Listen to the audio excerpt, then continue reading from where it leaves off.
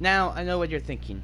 Penguin, you're streaming a little bit earlier than normal, and that is true. And I have a very good reason behind this. Because this week was my first calculus test. And so, how my calculus is set up is we're split between 2 days. So, while I took my test on Tuesday, there's a whole nother set of people taking their test tomorrow. And so that means there's no live class online. It's only the people taking their test. So that, coupled with the fact that I'm making pretty good progress on homework and work that needs to be done, I decided, yeah, I don't have class tomorrow, let me stream. And that's pretty much my thought process, and so here we are now. Me streaming. I did message Walker before stream asking him if he would want to join voice, and he did say yes, and he was online when I last looked, so he should hopefully join us soon. I added him to voice, so if he wants to, he can join. And so, for this week, I actually haven't played any Call of Duty since last time you've seen me. So,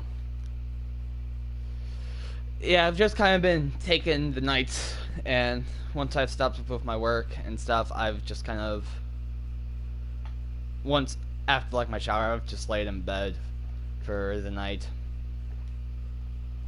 But so, I'm back playing. So, we'll see how it goes.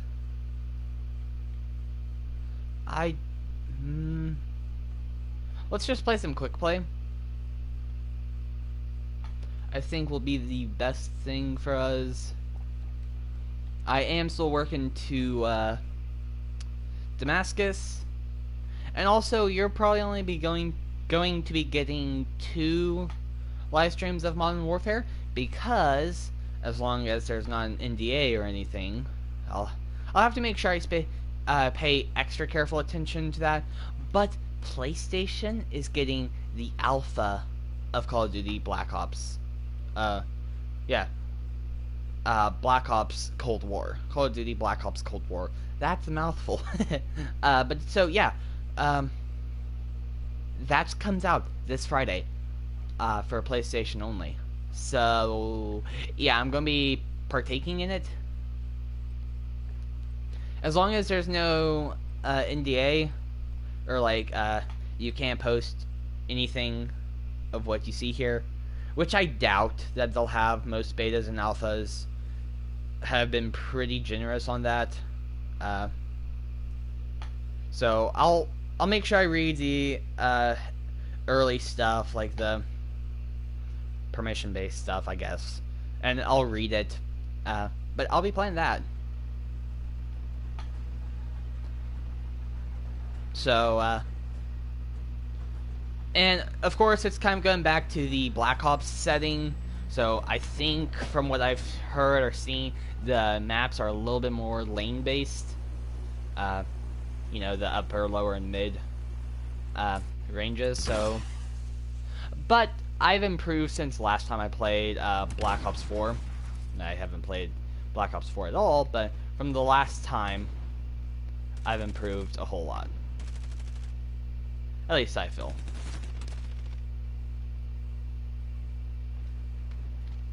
So that should make me a little bit more comfortable and confident in the gunfights.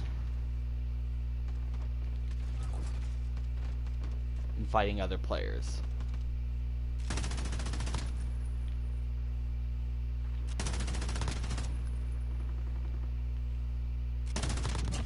Also, from what I've heard, they're adding health bars. So as you shoot, you can actually see your opponent's health. So that means that if you're working with a team saying they're one shot, you can literally say they're one shot definitively, because before you die, you can look at their health bar.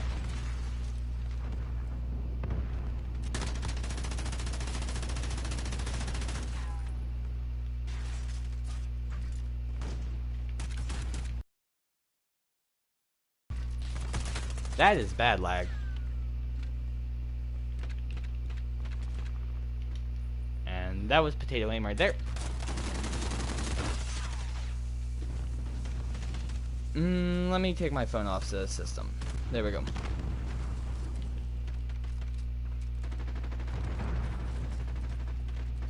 Got one hostile up here with us. Yeah, they're flanking now.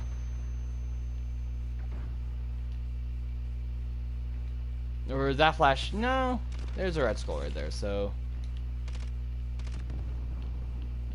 they did die. Okay.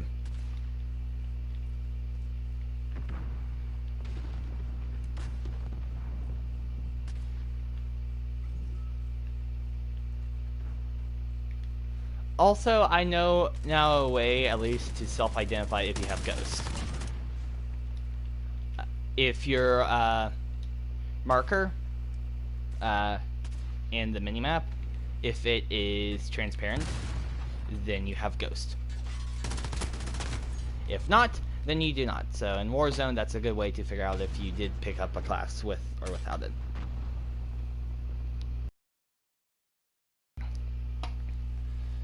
And I do not know if that works for allies. I see that I have 2 people watching. How are you guys doing? Hope you're doing well. A little bit of a early stream, or an early stream time. Not time, but an abnormal day for me to stream. There was a second one behind the corner. Really? Nice. Good job. So yeah, I normally don't stream on this day, but the rest of my calculus class is taking a test tomorrow, and since I have a Tuesday class, I'm already done with my test. I'm just waiting for results now, which seems that my professor has, in my section alone, 60 students. And if you combined her other math classes, that's more than 60 students. That's probably a good 100 plus, maybe. I don't know how many she actually teaches, how many classes, how many sections, but in my class alone, she teaches 60 kids split into 2 days. And by kids, I mean students, because we're not kids. We're in college.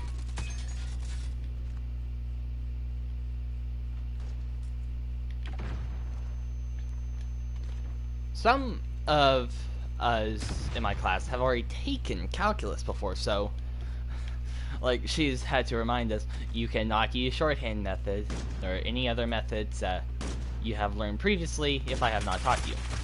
So fun. Also, I know I at least messed up 1 or 2 questions. It was asking for the limit, and it just slipped my brain, so I tried to plug in the derivative formula. So I was trying to take the derivative of it instead of the limit, so I showed my work. I showed a lot of work, but it's still wrong, so. And there were only 9 questions and 100 points split in between them. 1 question was 20 points. The rest were 10.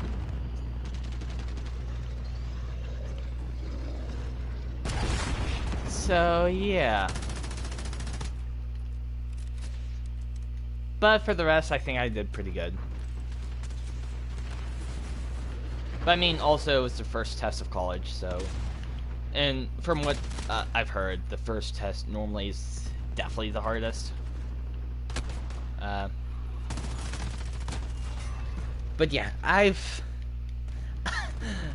as of this night, I've kind of made myself not a little bit, a lot nervous about the coming weeks, because October 5th, at least if not just October 5th, the week of October 5th, I have like 2 midterms and a terminology exam. that terminology exam is the final exam for one of my classes. But that's a good thing. I'm almost done with one class.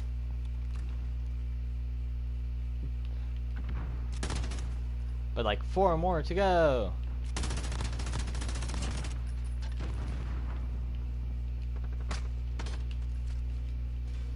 But yeah. And one of the midterms that I'm taking is for a class that I don't feel confident in taking the midterm.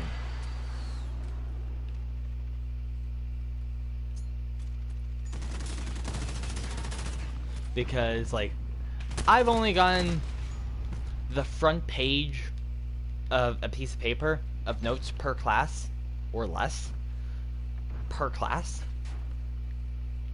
And from what I've heard, he's already created 15 questions, which he said was like a few weeks ago. Like after the first 4 days of classes, he already had 15 questions for his midterm. So yeah, I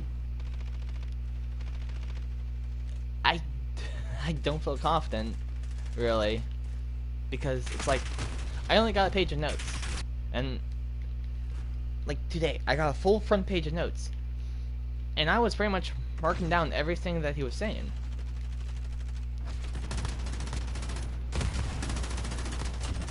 So to say that I am not confident about taking his midterm and final, that's an understatement. And then I have another one that I feel pretty comfortable about. My political science, not comfortable at all. My history, I feel fairly comfortable with.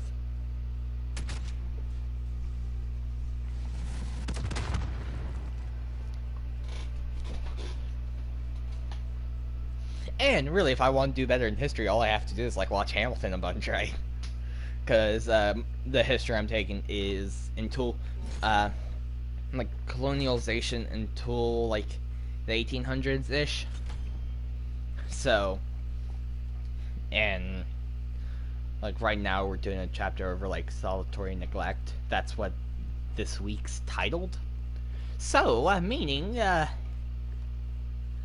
don't know if I need to look, but I think next week might be like the Revolutionary War kind of stuff, Declaration of Independence, that stuff. I need to double check. But so that's pretty much Hamilton in a nutshell. So I really need to start watching that movie. I need to watch the play.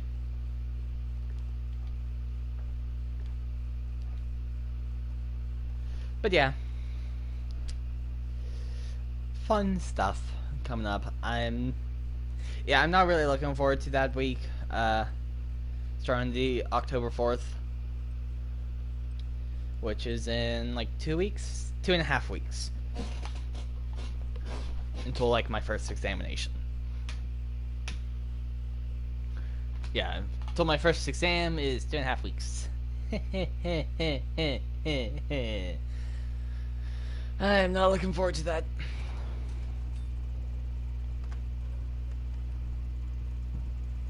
But, I mean, I just need to do good enough that I pass. That's all that really matters.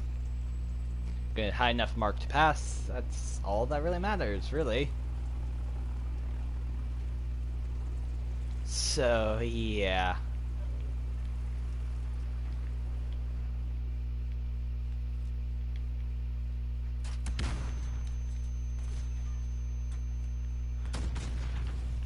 Uh-oh. I walked back into that syntax. Silly me. Kaboom.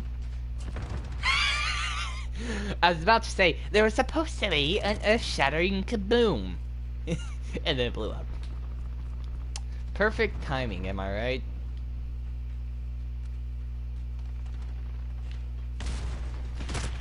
Oh, whoa. That was almost as dangerous a sight as seeing multiple sniper glints looking at you.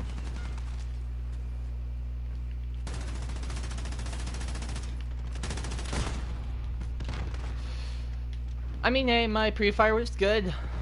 Because if there was anyone looking at me, I would have hopefully murdered them. Get on to point. Get on to point.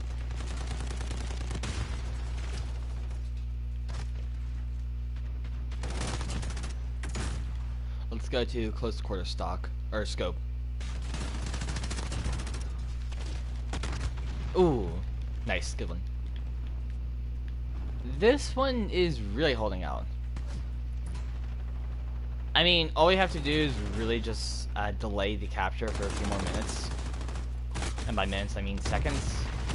But I mean, they're not going to get a lot of points. They're only going to get 5 seconds worth of points. Less than that, really.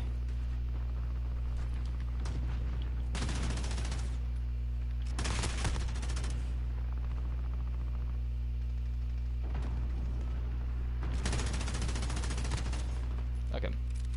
Hey, Walker, how are you doing? We're on stream, by the way. Cool. Just trying to figure out what car I should buy. Oh. Good. I don't know if I told you I got hit by an 18-wheeler, and basically it was like, well, yeah, it kind of screwed it up enough to where it's like now is probably a good time to get a new car. I didn't hear about that. Are you okay? Yeah, I'm fine. It's nothing major, but it is like just kind of like this car is getting old, and it just, you know, it's just kind of raised some, I don't know, just like it made me start thinking about just whether or not I should get a new car. So yeah. But it's cool. Where did it hit you, if I may ask? It hit me on the side. He sideswiped me, but it wasn't that bad. Like it was a pretty low, low velocity impact. So I mean, it wasn't really that. It wasn't like a major. It wasn't like a major hit or anything. But you know, it's like, oh. So I am thinking about getting a Toyota Corolla. Because they got some really good reliability ratings. I thought about getting a Ford Escape for a little while, but the Corollas are cheaper, and they are basically like you can get a really nice Corolla for pretty cheap. Nice. Either my sister or I has a Ford Escape, but yeah, I think I've seen you drive it before. I was like, oh, and they're pretty good cars. But I don't know. I like the fact that they're an SUV, and I like the size of them. But it's just like, I don't know. I think I can just get a nicer car if I get a Corolla for cheaper. A nicer car for cheaper. well, that whatever you go for will be a good car. Okay. I mean, a working, reliable car is a good car, right? Yeah, that's one of the reasons I've just been searching consumer reports and other stuff like that. And they're all decent cars. At least the ones that I'm looking at are. There's some that are meh, that I've gone and researched, but Corollas seem like decently reliable cars and decently cheap cars. That's the big one. Interesting. Okay, so Good. did you see the art channel? No, I did not. Okay, well, I have fulfilled my requirement, I think. Okay, I shall see. See a picture of a bug. Even Later. More It happened more recently than that. Oh, yeah, that's nice. And I mean, technically I had it like 2 nights ago, but I posted it, then deleted it from Chad. That is really good. That's really good. Originally it was going to be all black and white except for the light coming out of the lighthouse, but then I decided to take some colored pencils and color on extra. Which also, for the blue color, my blue color pencil, it like shrunk by half or more from that one picture. And really, from the just the ocean that I have. It shrunk by half of the length of the pencil. Yeah, I think that was just. I thought that was really. That's a really good picture right there. Thank you. I worked on it for an hour or so. Yeah, I could tell. I could tell you put a lot of work into it. It's just like it looks really, really good. I had decent inspiration.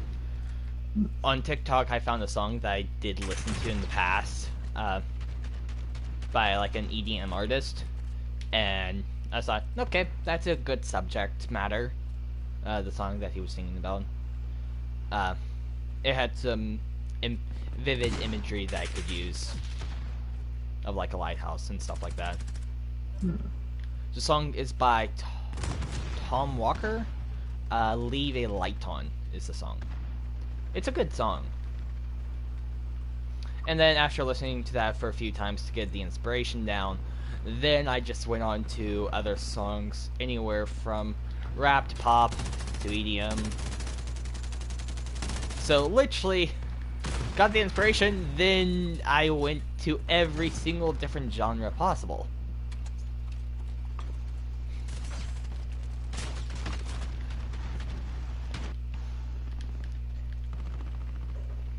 But yeah. I was thinking about sketching some tonight, but I think I'm just gonna look through Auto Trader and just try and figure out.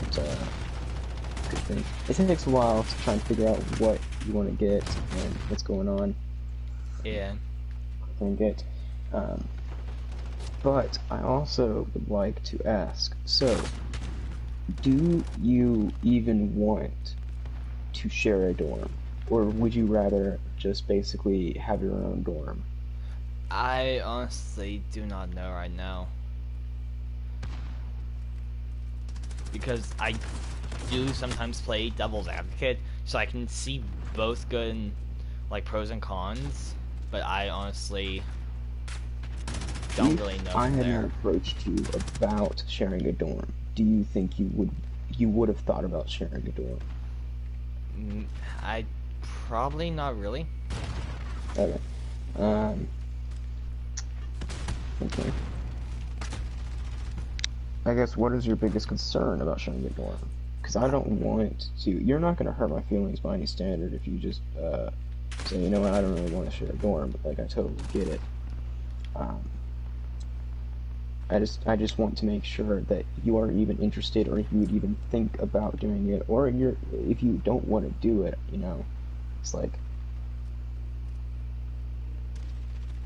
I really don't know. There's just so many things kind of that I don't know. Mm-hmm.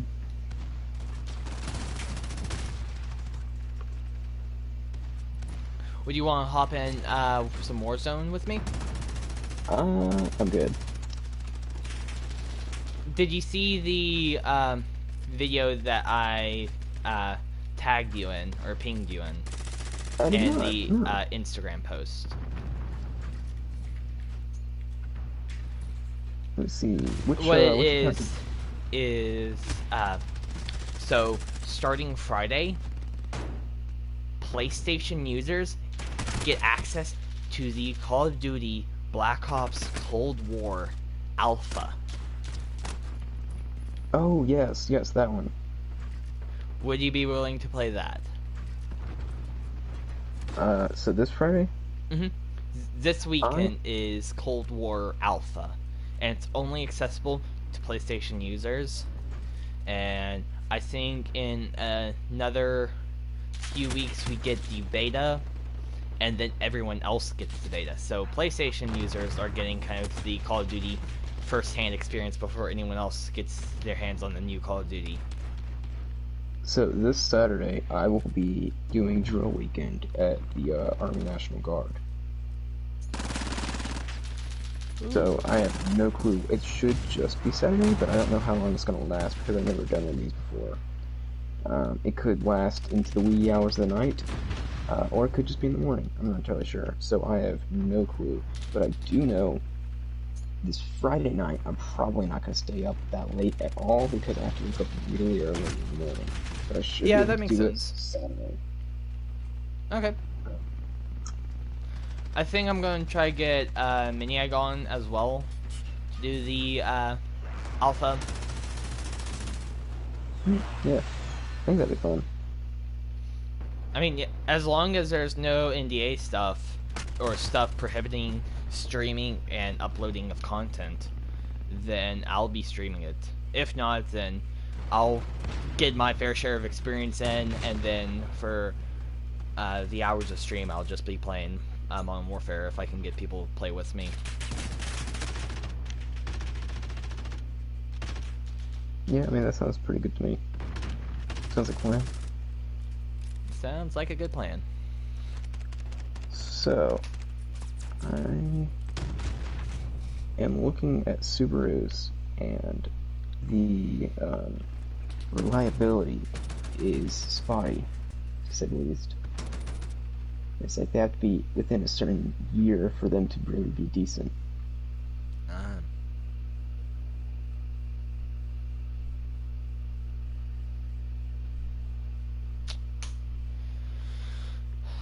Yeah, I don't know a lot about cars, so I Neither can't. do I. I've only researched some stuff, but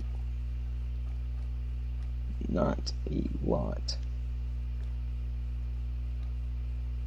Yeah.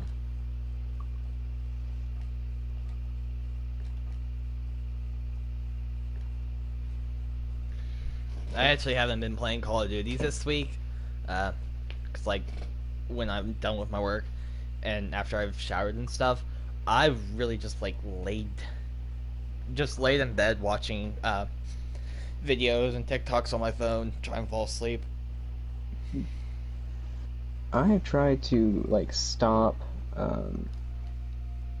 going through Instagram, and as well as just like try to stop going through a couple other things, like just basically stop going through Snapchat or whatever. I don't really go on Snapchat that much, but I've tried to limit it myself a lot. Yeah, at nights I actually Especially, don't get on Instagram anymore because whenever you're on it, like updates your timestamp, and so and you have the people you're following or that's following you and messages you, they can see when you last were on. you can. Oh, you can turn Mhm. that off. That's what I do. I can. Oh, I need. Yeah, you turn it off from it. If you go into settings and you go into privacy, I turned that off a little while ago because I didn't want my ex to see that I was on and message me. Hmm. Yeah. Well, that was good information to know. I should do that. It's pretty easy. Um, hmm. Oh, my neck. I don't know if you could hear that or not, but I I cracked it. kind of did.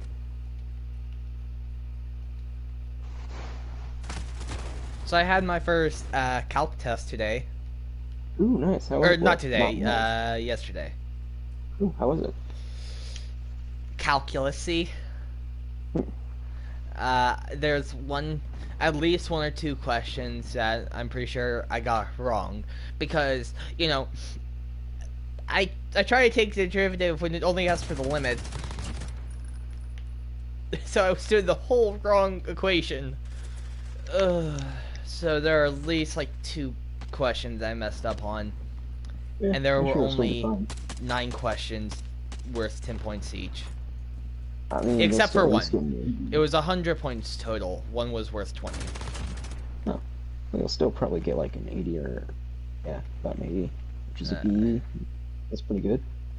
I Yeah. just hopefully I put enough work that my calculus teacher can see how I was trying to go about the. Literally, it was the second question too, and so Yeah, and hopefully she will probably give she you can partial see credit that for I was work. trying to take the derivative and that I was trying to use the stuff and hopefully give me partial credit. Like, of course, not a full 10 points because I didn't follow the exact method and that kind of stuff. But hopefully that she'll see where I was heading and trying to solve it, and she'll give me points for it. Yeah, I mean, I think she should. I mean, it's like, yeah, I think you'll get a couple of points for it. Um, yeah, so you'll probably get above an 80, which is pretty good. I hope. but I won't know for at least a week. Yeah. Because it's all handwritten answers, and in my section alone, she has at least 60 students, Mm. and I know she at least teaches one more section, at least. So that's a good like 100 or so students. So it will take a bit of time before I get my results back.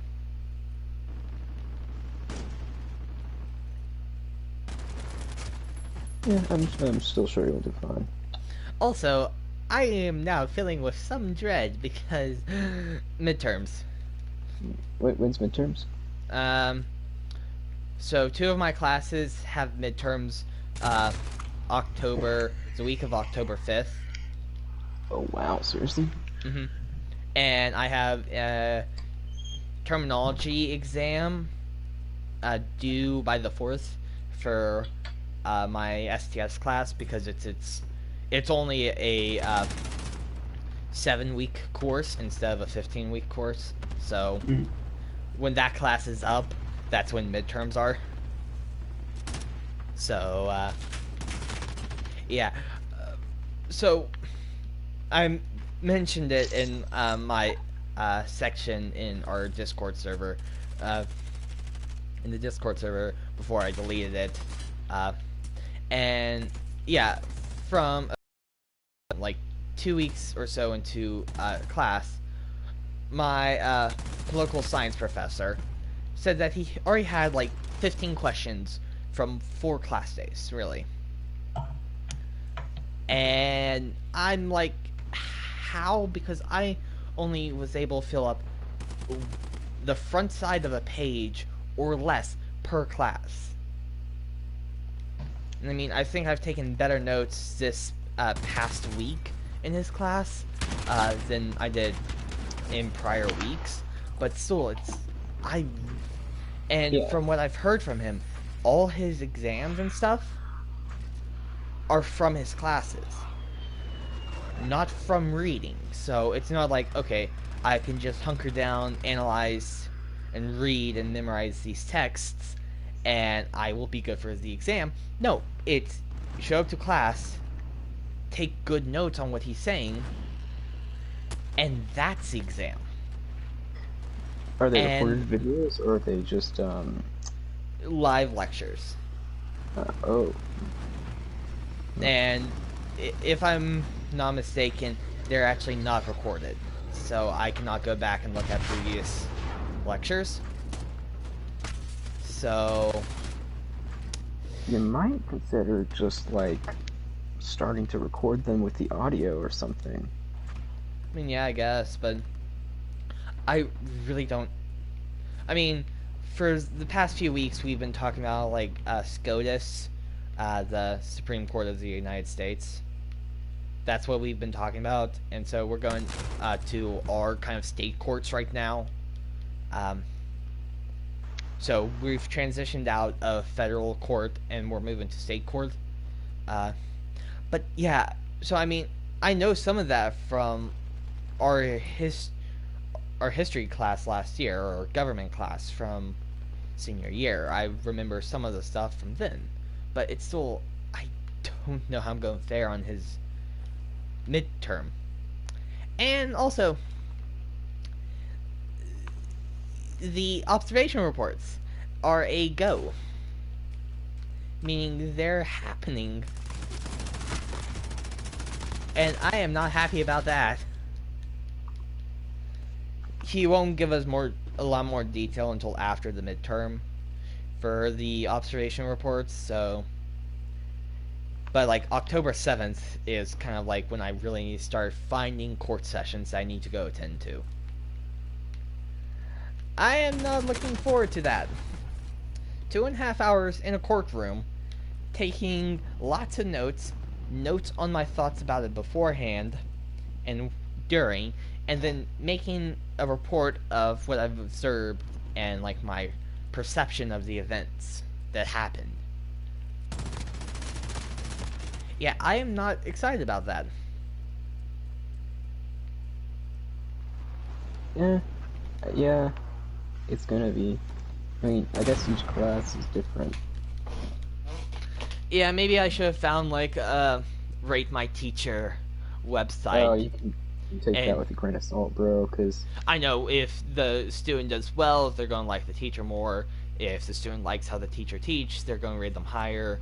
But if the student gets a bad grade, they'll probably blame it on the teacher and not I didn't study well, or they're not going to blame themselves for getting a bad grade. So it's a lot of biases within it. So, yeah. And but I I think mean, at least like reading a lot of comments, if I can identify.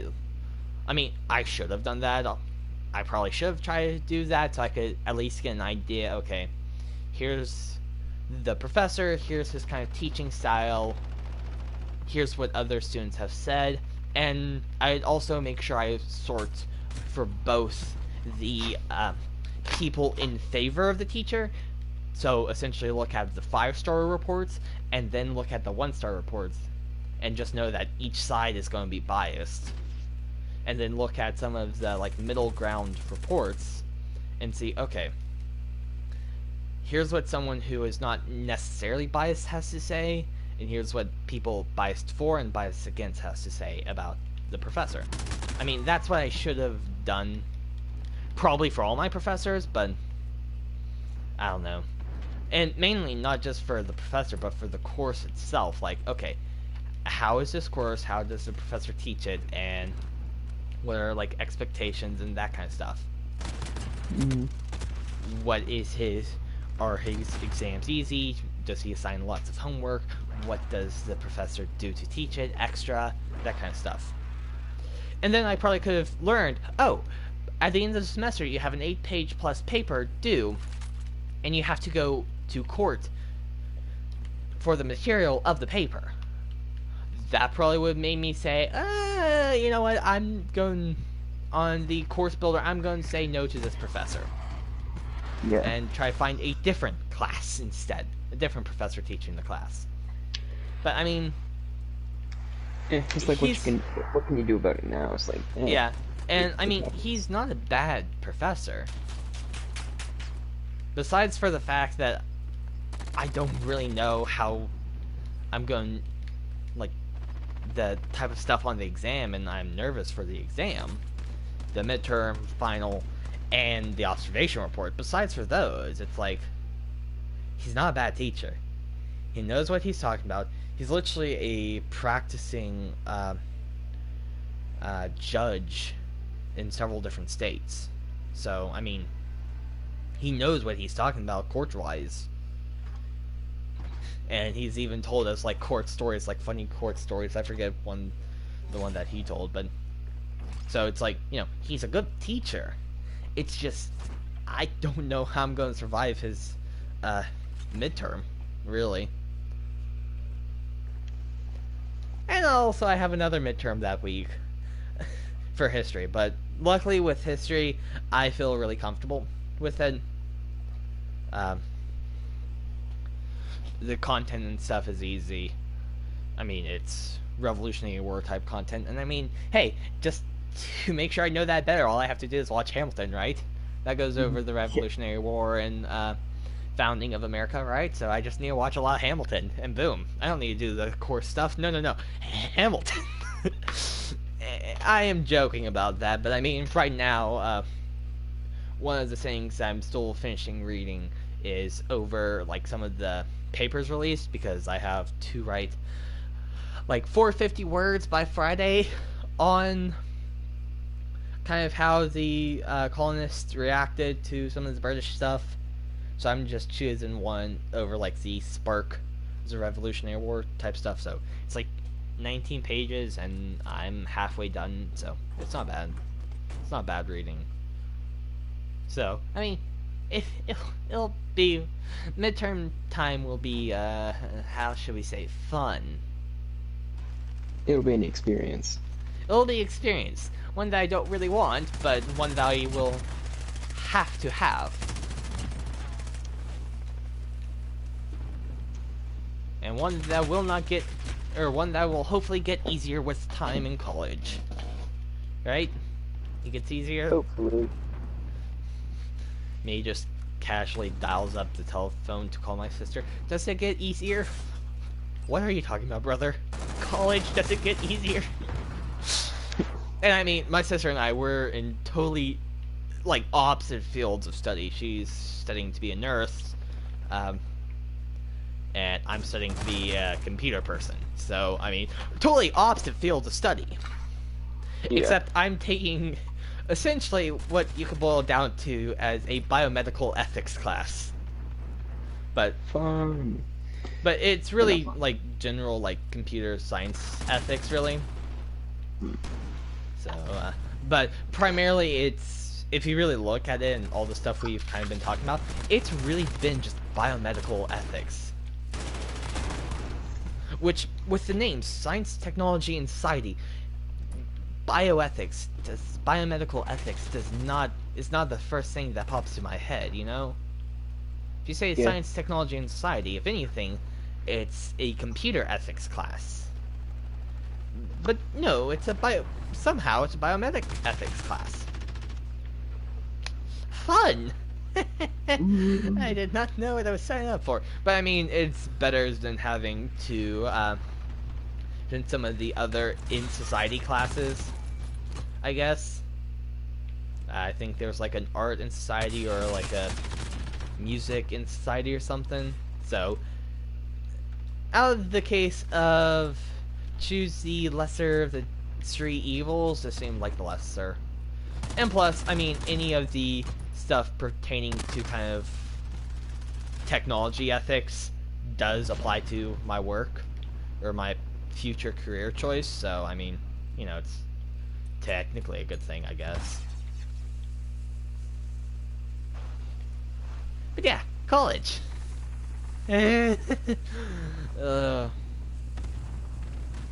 How's your college classes going? They're going. Well, okay, so my lit class is ridiculously hard, but not that bad because the teacher's good. Econ's pretty good, pretty chill. I think my math class is really easy. It's not that bad, just a lot of information. History class, oh my word, the guy does not know how to teach. Like, he gets up there and he just talks for an hour a day about absolutely nothing. He just goes on these like long trains of thought that has no real flow. It's just whatever comes and pops into his mind, and I'm pretty sure he's a communist. I mean, like an actual communist. I'm not talking about furries in this situation. Like, dudes talked about disbanding the electoral college and making the economy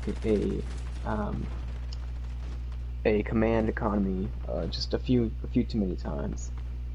And it's just like, he's like, oh yeah, it's just basically gonna be for the book. It's just like, dude, I don't know. It's interesting, you know. But besides that, it's pretty good. My military science classes aren't that bad, besides the fact that you have to wake up at the crack of dawn. But everything else, I mean, is pretty good. And right now, I'm just trying to figure out how to sign all the paperwork and get my scholarships. That way, I can actually like live places. Yeah. And do stuff.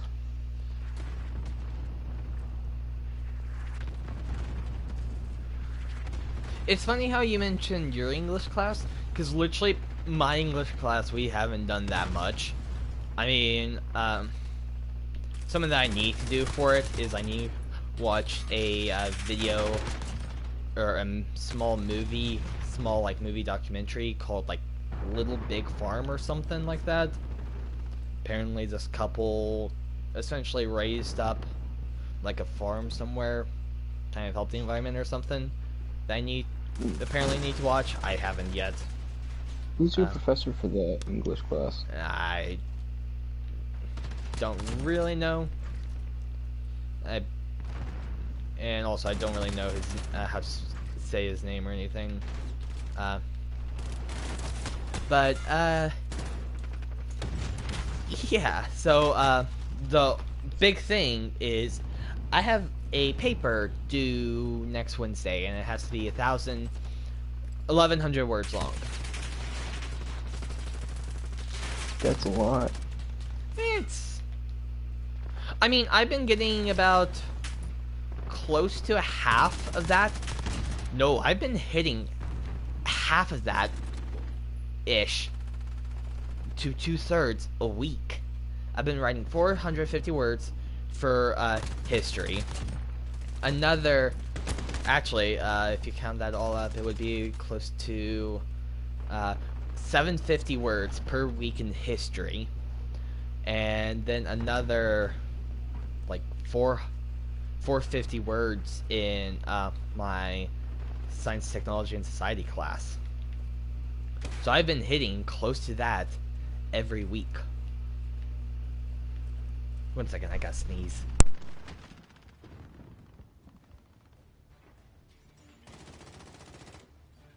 There we go, sorry about that. So yeah, I mean, I've been writing that much per week, but it's been over like 4 different topics, really. So, I mean, it shouldn't be that bad, right? Yeah. The problem is, I don't know what prompt I want to go with, because some way, somehow, I need to milk 1,100 words out of it, and I do not know which is the best to use. There's one prompt that's kind of relating to this thing called the Wells essay, which I read a bit of it, but I haven't read it all. Just start making up stuff. You'll figure it out. And something that the professor said is, like, don't come up with elaborate sentences to impress him, because that will just end up depressing him. So, you know, don't try to fancy speak it. Just kind of, you know, instead of trying to say, I change a light bulb, I single-handed... Like, have you seen that thing on, like, TikTok and Instagram where it's like, how do you write, I changed a light bulb in my resume? I single-handedly made an environmental upgrade for illumination. Instead of, I changed a light bulb, you go out and try to embellish what you're saying and make it sound fancier. Yeah, he doesn't really want that. So, I have to find a way just to... Yeah. Just write it like a New York Times article. If I knew what one sounded like, maybe. Okay, so this is why I read New York Times, because it is it's just really okay. If you read one, you'll understand the vocabulary that they use, obviously, because it's the New York Times. The people who are going to be editing and writing on it are going to have some very decent writing skills, I'd imagine. But basically, if you kind of read their vocabulary, you'll understand. It's very well written, and every single piece of information has a point, but at the same time, it's very, very extravagant.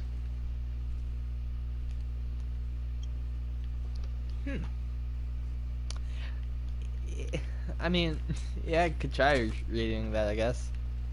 But I mean, it's just the best, in my opinion, the best way to get better at writing stuff is to read, but in practice, of course. But I don't know, it's up to you. I'm sure you'll be fine. I mean, I'm sure I'll do fine. I just need to start writing it. There are like just the thing is, there are 3 different prompts. One's over the Wells essay, which I'm not going to be doing. One's over, like, Christopher Columbus's letters to the king. And one's over, like, a book that you've read or something that you've read and other stuff about it. I don't really understand that one. It's a book that you choose? No clue. I don't know all the requirements, so I don't remember all that said off the top of my head, so I'm not entirely sure what I would need to do to write about it. So, I mean, probably the easiest one would be for me just to write about the Christopher Columbus letters. Yeah, I mean, that sounds pretty good to me. Because that's the one that I've actually read, because apparently with, like, Google, I highlighted the entire letter, and there was a function where it did text-to-speech So I read it and also had it read to me so I could actually hear what it was saying. And so I kind of comprehended it a little bit more, and I couldn't do that with the Wells essay because it was in a PDF document instead of just the text or what. Is this H.G. Wells or is this It's just Wells' essay, like something about the Iliad. the Odyssey? Mm-hmm. I don't know. It was around World War II. Probably Wells. I don't know if it's H.G. Wells. H.G. Wells was the one that wrote like The Time Machine and I mean, it wasn't. War of the Worlds. It isn't a novel. It's I don't know. I mean, I read it enough just to complete kind of the discussion board we had on it. But 1762 words, or wait, what am I doing? I honestly have no clue. I mean, I really just read it enough that I could do the discussion board, but I didn't. If it is H.G. Wells, I think you should do that one because H.G. Wells is a really good not a really good artist. He's a really good writer. Well, I mean, I didn't finish it. There was like a lot of pages, and on one page there were of like a PDF document. There were 2 pages on their side, so it was really hard to read. I had to turn my computer sideways or tilt my head just to read it. So I really didn't read it that much. So I don't know. I need to look at what the questions are asking, and then from there see which is my best course of option. That's ultimately what I'm going to do. See, okay, which one has the most sub-questions that I can then extrapolate upon and do my best to make the most words out of it. Because, I mean, if it's just essentially if it's one prompt, then I might be able to answer the prompt in, let's say I could answer it in more of a broken record style in 500 words. But if there are multiple sub-points, then that'll actually allow me to do different, like make different paragraphs, and kind of each paragraph, like, the standard like 3-body paragraph type deal. Yeah, absolutely. So, I mean, essentially more sub-questions means more I can write about. And I don't like to write, so... You don't like to write? No. You like... Well, I don't know why I'm saying that. This is nothing new. Anyway, Yeah, that's why I said no like that, because I was like, really? That's yeah, nothing new. no, for some reason, I don't know. I don't know if it was just because it was late, but I was like, oh, no, yeah, you love to write. Yeah, of course you do. You write all the time. I was like, wait a second, that's not right. That's not Penguin. That's not the Penguin I know. Who is this imposter? Yeah.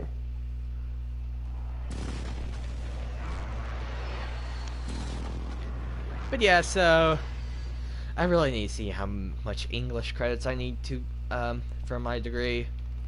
You need to meet with the advisor, bro. Yeah, I know. I have some kind of hold appointment thing that I need to do. Yeah, I've already met with mine. How long? Like, essentially, what was it? The whole 30 minutes advisement. long, and we talk about what you need to do to graduate and what you need to get into be admitted into the program that you want. I scheduled a secondary appointment because it normally you don't get the first. It's like the first one isn't just. It's not enough. You need another one, and so you're gonna probably need a solid, just couple of appointments just to figure out your class schedule. Yeah. Would that be kind of where I would discuss, like, wanting to go into the DCP program? Yes, that would be it. And, okay, I don't have to explain DCP program to you, right? You understand the acronym knowing me? More or less. What is it? The Disney College program. Oh, that's right, yeah. Anyway. I don't think I'm a good fit for that, but, I mean, if I do it, then, I mean, essentially I have a higher success rate of, after college, getting into having Disney employ me, essentially. Yeah, Because, you sure. know, I already have connections, I've done their college program, so, you know, some of the work staff know me, the managers kind of know me, so they can be a better recommendation. I mean, if I really want to work at Disney, anything that I do, any Disney programs, any stuff like that, just increases the chances that I survive the whittling process of applicants. That I survive the chopping block and end up working there. So I mean, you know. Yeah, I get what you're saying.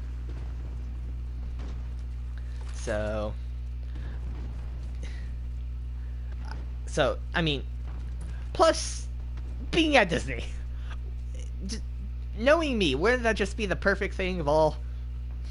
Knowing you, yes, I would hate it.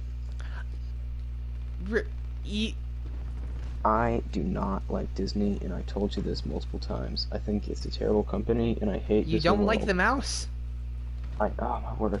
If Marvel wasn't Disney, I wouldn't be watching any Disney movies.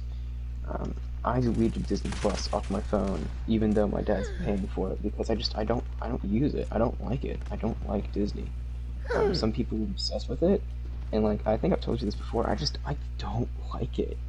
The company underpays their employees, and they don't care about people.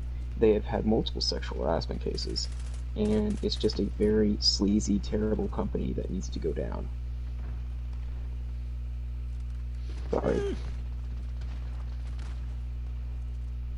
Maybe that's how the company was. Maybe, I don't know. It was founded by an anti-Semitist. Okay, but you know what? There's a lot of racist companies out there, so I'll give it that. But it still has some issues that need to be resolved, like underpaying their employees. And I think as a whole, it's not. I don't know. I just don't enjoy it. I don't like going to amusement parks for a vacation. In general, like I just don't enjoy that kind of vacation type deal because it's not considering.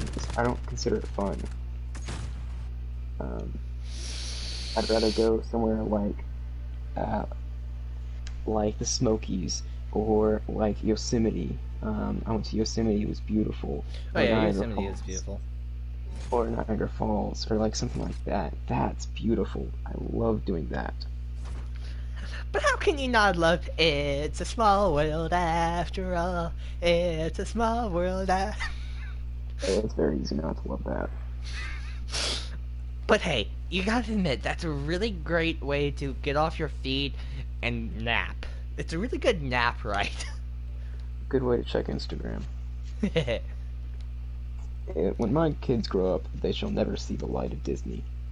At least not the Disney park. Well, I might. luckily your I might. children will have good old Uncle Penguin to show them the ways. I might This is the possibly take them to see a Disney movie, or I might rent a Disney movie, or wait to see it when it comes out on Netflix. But they are not going to Disney World. well, I'm sure a good old week, a good old weekend with Uncle Penguin will have Yeah. them seeing the light of the castle. If you end up working there and take my kids there, I will probably not go in, but I will let you take my kids there, and afterward I can sit there and protest outside Disney's door as I scoff at the capitalist scum. No, Well, I mean, if I worked there and we were good friends, then I possibly into the park. Let me get tell you you a to story. buy Hunt Showdown.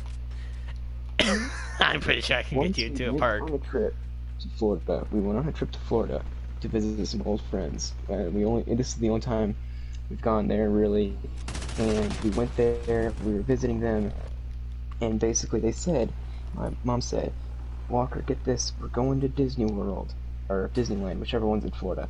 World. Well, yeah. And basically, I was like, oh, okay, cool. And then my sisters were excited. We were all excited. And then I think the day came where we were going to go to Disney World, and they sat me down and said, Walker, I have some bad news for you. Um, we're not going to have time to go. We're not going to Disney World. I know we said we were going to take you to Disney World, but we're not going on this trip. And you know what my response was? Okay. Okay, I'm gonna go play video games. Yeah, whatever. I was not heartbroken. I did not care. I did not care a single bit about not going to Disney World. I mean, to each their own. Yes, and okay, Disney is really good at doing stuff, but I did not like it. I mean, I, you know, I'm pretty sure people on this channel know my opinion of Disney. It's high. It's a very high opinion. Like, I mean, I've been lucky, and I've had many trips there, and I've even been to their California park. So I've been lucky, and I've gotten to go with my family, and so, you know, from the amounts of times I've gone, I've just been really lucky and kind of had the ability to go. And so, you know, I kind of essentially grew up going to the parks. I didn't live in Florida or anything, but like, it almost was like a yearly tradition that at least once a year, my family, we would go to Disney. So, I mean, I've been to the parks a lot. I mean, I don't even need a map. I can get you around there. One time I was going to try to play this game during lunch, where essentially people picked my starting location at Disney on the Disney World map on Google Maps, and I was to use Google Earth or Google Maps Street View and get to a named location. So they tell me where I start, and I have to go by Street View to the named location, so a ride or something. Like, when I say I don't really need a map, I don't really need a map. I've gone to the parks a few times that I know my way around. I need a park at Disneyland, a map at Disneyland, but I mean, I'm starting to know that location a little bit. So I mean, I've been to the parks just a few times, just a few. So I mean, yeah, I love going to the parks. If I could. Some families have that tradition. Some families have that tradition where they go to Disney every single time, every single year, and it's a great tradition. My family's tradition was we visit a national park, or go hiking somewhere, or visit some friends in Germany. The doors closed to all the fathers. No, just joking.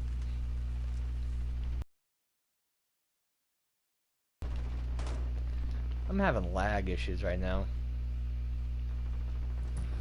But, so, I mean, if I could go this year during the pandemic, I would. I mean, I don't care that I have to wear a face mask. I'd go. I was actually going to go this summer before COVID hit. So,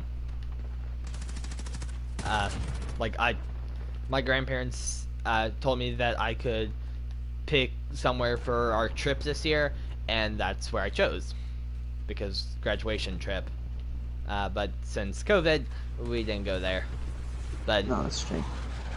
yeah, but I mean, for example, if they like drop the ticket price because of COVID, I'd probably try to convince my dad to find a time where me, him, and my sister are available to go, if not for a full week, for a few days, and go to the parks.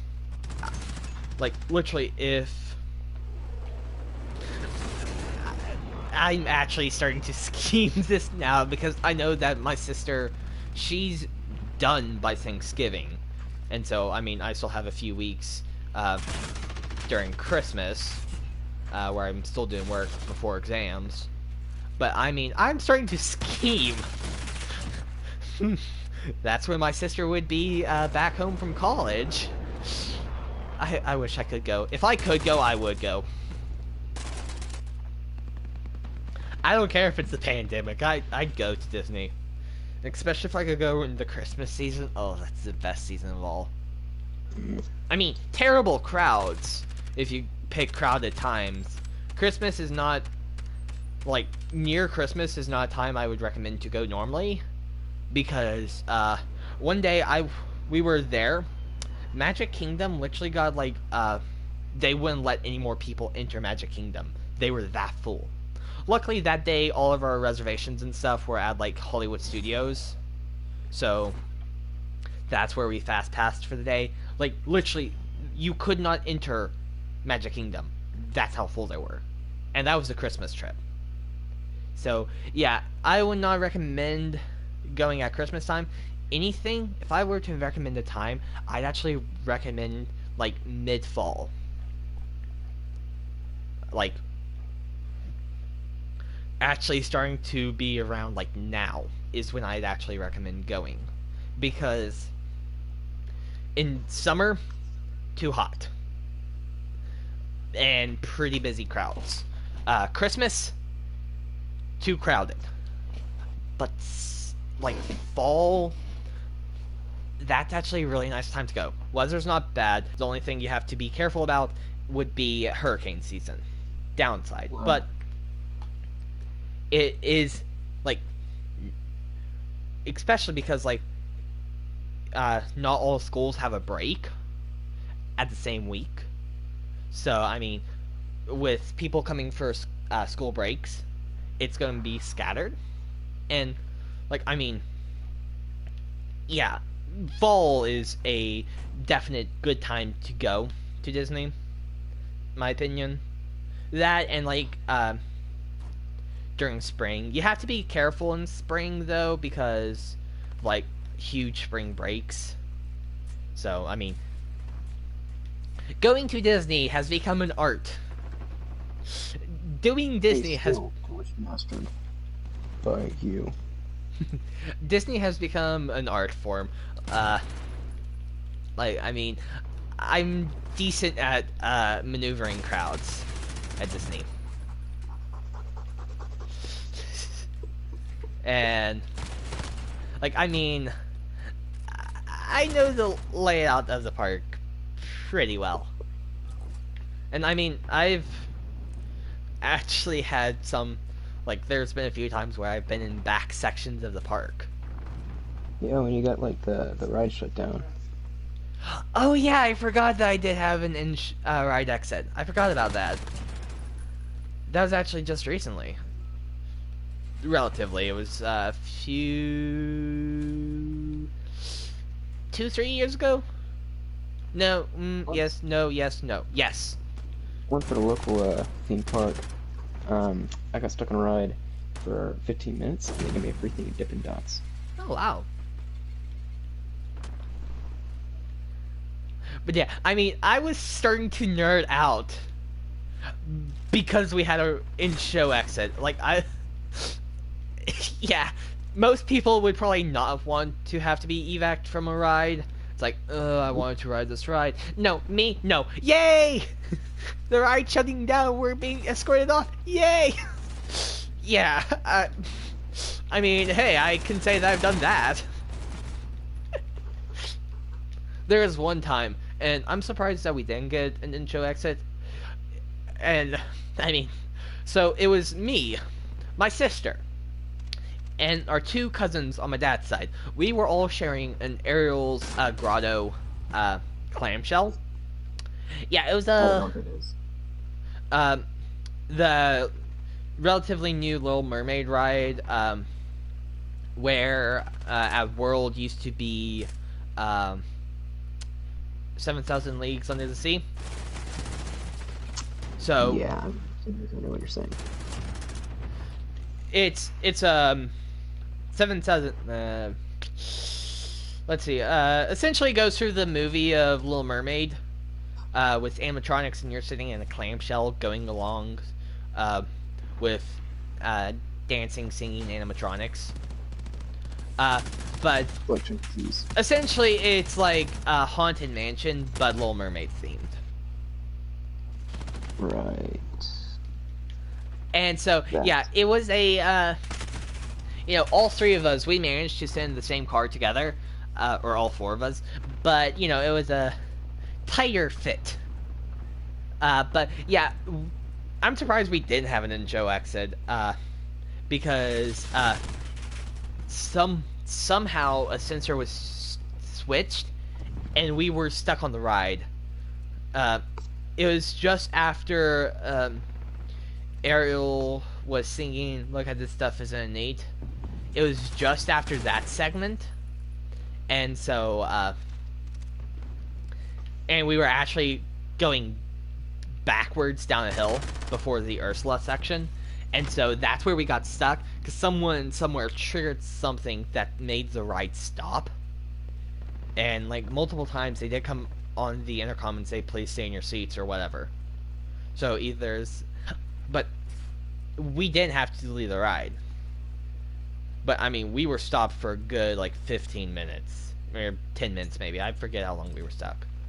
But that was fun. But having I mean, literally, my sister almost didn't have to have the intro exit. It was so the intro exit. My dad, sister, and I. It was our last ride. We went. It was Memorial Day, like last 2 years ago, I'd say, maybe 3, and we were staying the weekend in San Diego, and my dad made the mistake of saying, "So, what do you guys want to do tomorrow?" And he made the mistake of mentioning Disneyland. He was like, "So, how far away is Disneyland?" And of course, I didn't want to say, "Hey, we should go to Disneyland." So, of course, I already had it pulled up on my phone in Google Maps. How far is Disneyland? So, I mean, I already had that on my phone. I was prepped and waiting. And so he made the mistake of saying, "So, what do you guys want to do?" And then he listed Disneyland as one of the options. Yeah. He mentioned the San Diego Zoo, Disneyland, SeaWorld, and the second he said Disneyland, he sealed what we were doing that day. So we drove from San Diego, like Coronado area, and we drove to Disneyland. And so it was the last ride of the day, and we were doing the Buzz Lightyear Space Ranger spin. And we all sat in a different cart. So my dad was in front of me, I was in the middle, and then my sister was behind me. And literally, if we got on one step sooner, or one step later, we would have been... My sister wouldn't have been able... She would have been able to get up, because it was still in the loading bay. Unfortunately, we weren't in where the ride actually started, so like you could pick up your laser and shoot at aliens. So I couldn't work for a high score or anything. But still, I got my first ever intro exit of many. I hope there are more to come. And also, that was a good thing too, because I actually really wanted the last ride to be the Matterhorn bobsled, which is only at Disneyland, but I love the ride. I mean, yeah, it's a little bit harsh. It's very shaky. Like, it does not let up on throwing you around. But it is so much fun. And so I wanted to do that, but, like, we were already in line, and I forget why we didn't, but they gave us a free Fast Pass anywhere. I think it was even, like, a ticket Fast Pass, maybe. And so they said, okay, if we get off within a certain amount of time, we can do the Matterhorn. And they gave it the free Fast Pass, and I was like, yay! But yeah, I'm a big Disney nerd. Also, did you know that they only play one song during the entirety of Haunted Mansion? No, I did not. Yeah, they only play Grim Grinning Ghost. And before the Constance Hatchway scene, It's just kind of the melody of it, but then afterwards, that's when you actually hear the vocals. Did you know that the majority of their employees are paid below poverty level wages? The question is, when was that taken? And also, 2016. and Sorry, then also, I like, didn't mean to smash the dreams there, buddy. But I mean, also, the question is the difference between a cast member and an Imagineer. So, someone working on technical and someone working in the park in the stands. So that is the question, because if I were to work there, besides for the college program, which I'd probably try to get on the Imagineer side, which essentially, for those who don't know the difference, they're called Imagineers and cast members because they see the park as a stage or as a show, and the guests are the main characters, and the staff that are there in public are the crew or the cast members. So that's why they're called cast members, because they're a part of the show. Like, literally, in Main Street, USA, or walking up, I forget where exactly, it might be Main Street, but it's literally like red brick tiles going down, and it's to kind of symbolize like a red carpet. So, it's all a show, and they're playing parts in the show. So, and then Imagineers are just anyone who you do not see at the park. So, from anywhere from their legal team to their research and development team to their builders, all those people, those are Imagineers. So, Imagineer, you would think it's just engineers, but it's actually a really broad spectrum. So, marketing team, any of the people you don't see physically in the parks, they're all the Imagineers. The more you know. But, so, the question is, what's the difference in wage between a cast member, someone working in a shop or as a ride operator, a cast member, versus an Imagineer? the wage difference is great, as it should be, because one is a highly technical job and that requires a college degree, and the other is not. However, the discussion of whether or not they should be paying below poverty level, and also you have to ask, when was that survey filled? Because about 2016. 2016. Yeah. So okay. So I mean, there's still like a lot of different things. So I'm not gonna say you're wrong, but I'm also not agreeing with you. You have to look at all the data, and especially like with recent stuff, like how have. So the poverty is hard to measure. In fact, there's a large percentage of U.S. people, U.S. citizens, who are living technically below the poverty level. But even the U.S. poverty level is still extremely wealthy. However, you also have to take into account of the number of people. So, for instance, like the poverty level is typically $50,000 in the United States, and that's $50,000 if you are living with a family and you're supporting a family. So, if you are by your lonesome, working by yourself, then the poverty level and the wage at what you are making to be considered poverty is much lower, because you're not supporting kids. And so it varies from person to person. Two people who are making the same amount of money, who are working the same job, one might technically be living in poverty while the other is not, because one might be supporting 2-3 kids while the other is not. Mm-hmm.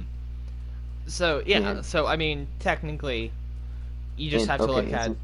It's just a lot of different data that you have to be looking at, and so I mean. And I'll give Disney credit. They're not the only ones that are doing it. For instance, so if you make $10 an hour, you make roughly $19,500 per year pre-taxes, and that's cool tip. If you want to know how much you make per year based on your hourly wage, double it and then multiply it by about 1,000 or so. That's because there are Hold on, let me look it up. There's X amount of work hours in a year, and it's going to be a little bit less than that, and that's going to be pre-taxes, pre-income tax, and of course the higher you make because America's. And hold on, I'm getting off topic here because I'm sorry, I'm taking econ and I've been studying econ all day, so I've been studying The different systems. So graduated like, income tax, I think it's called, right? yes, The more you make, the more you're taxed. absolutely. Yeah, I just watched someone play a game called like Democracy 4, Yes, and so Disney is not okay.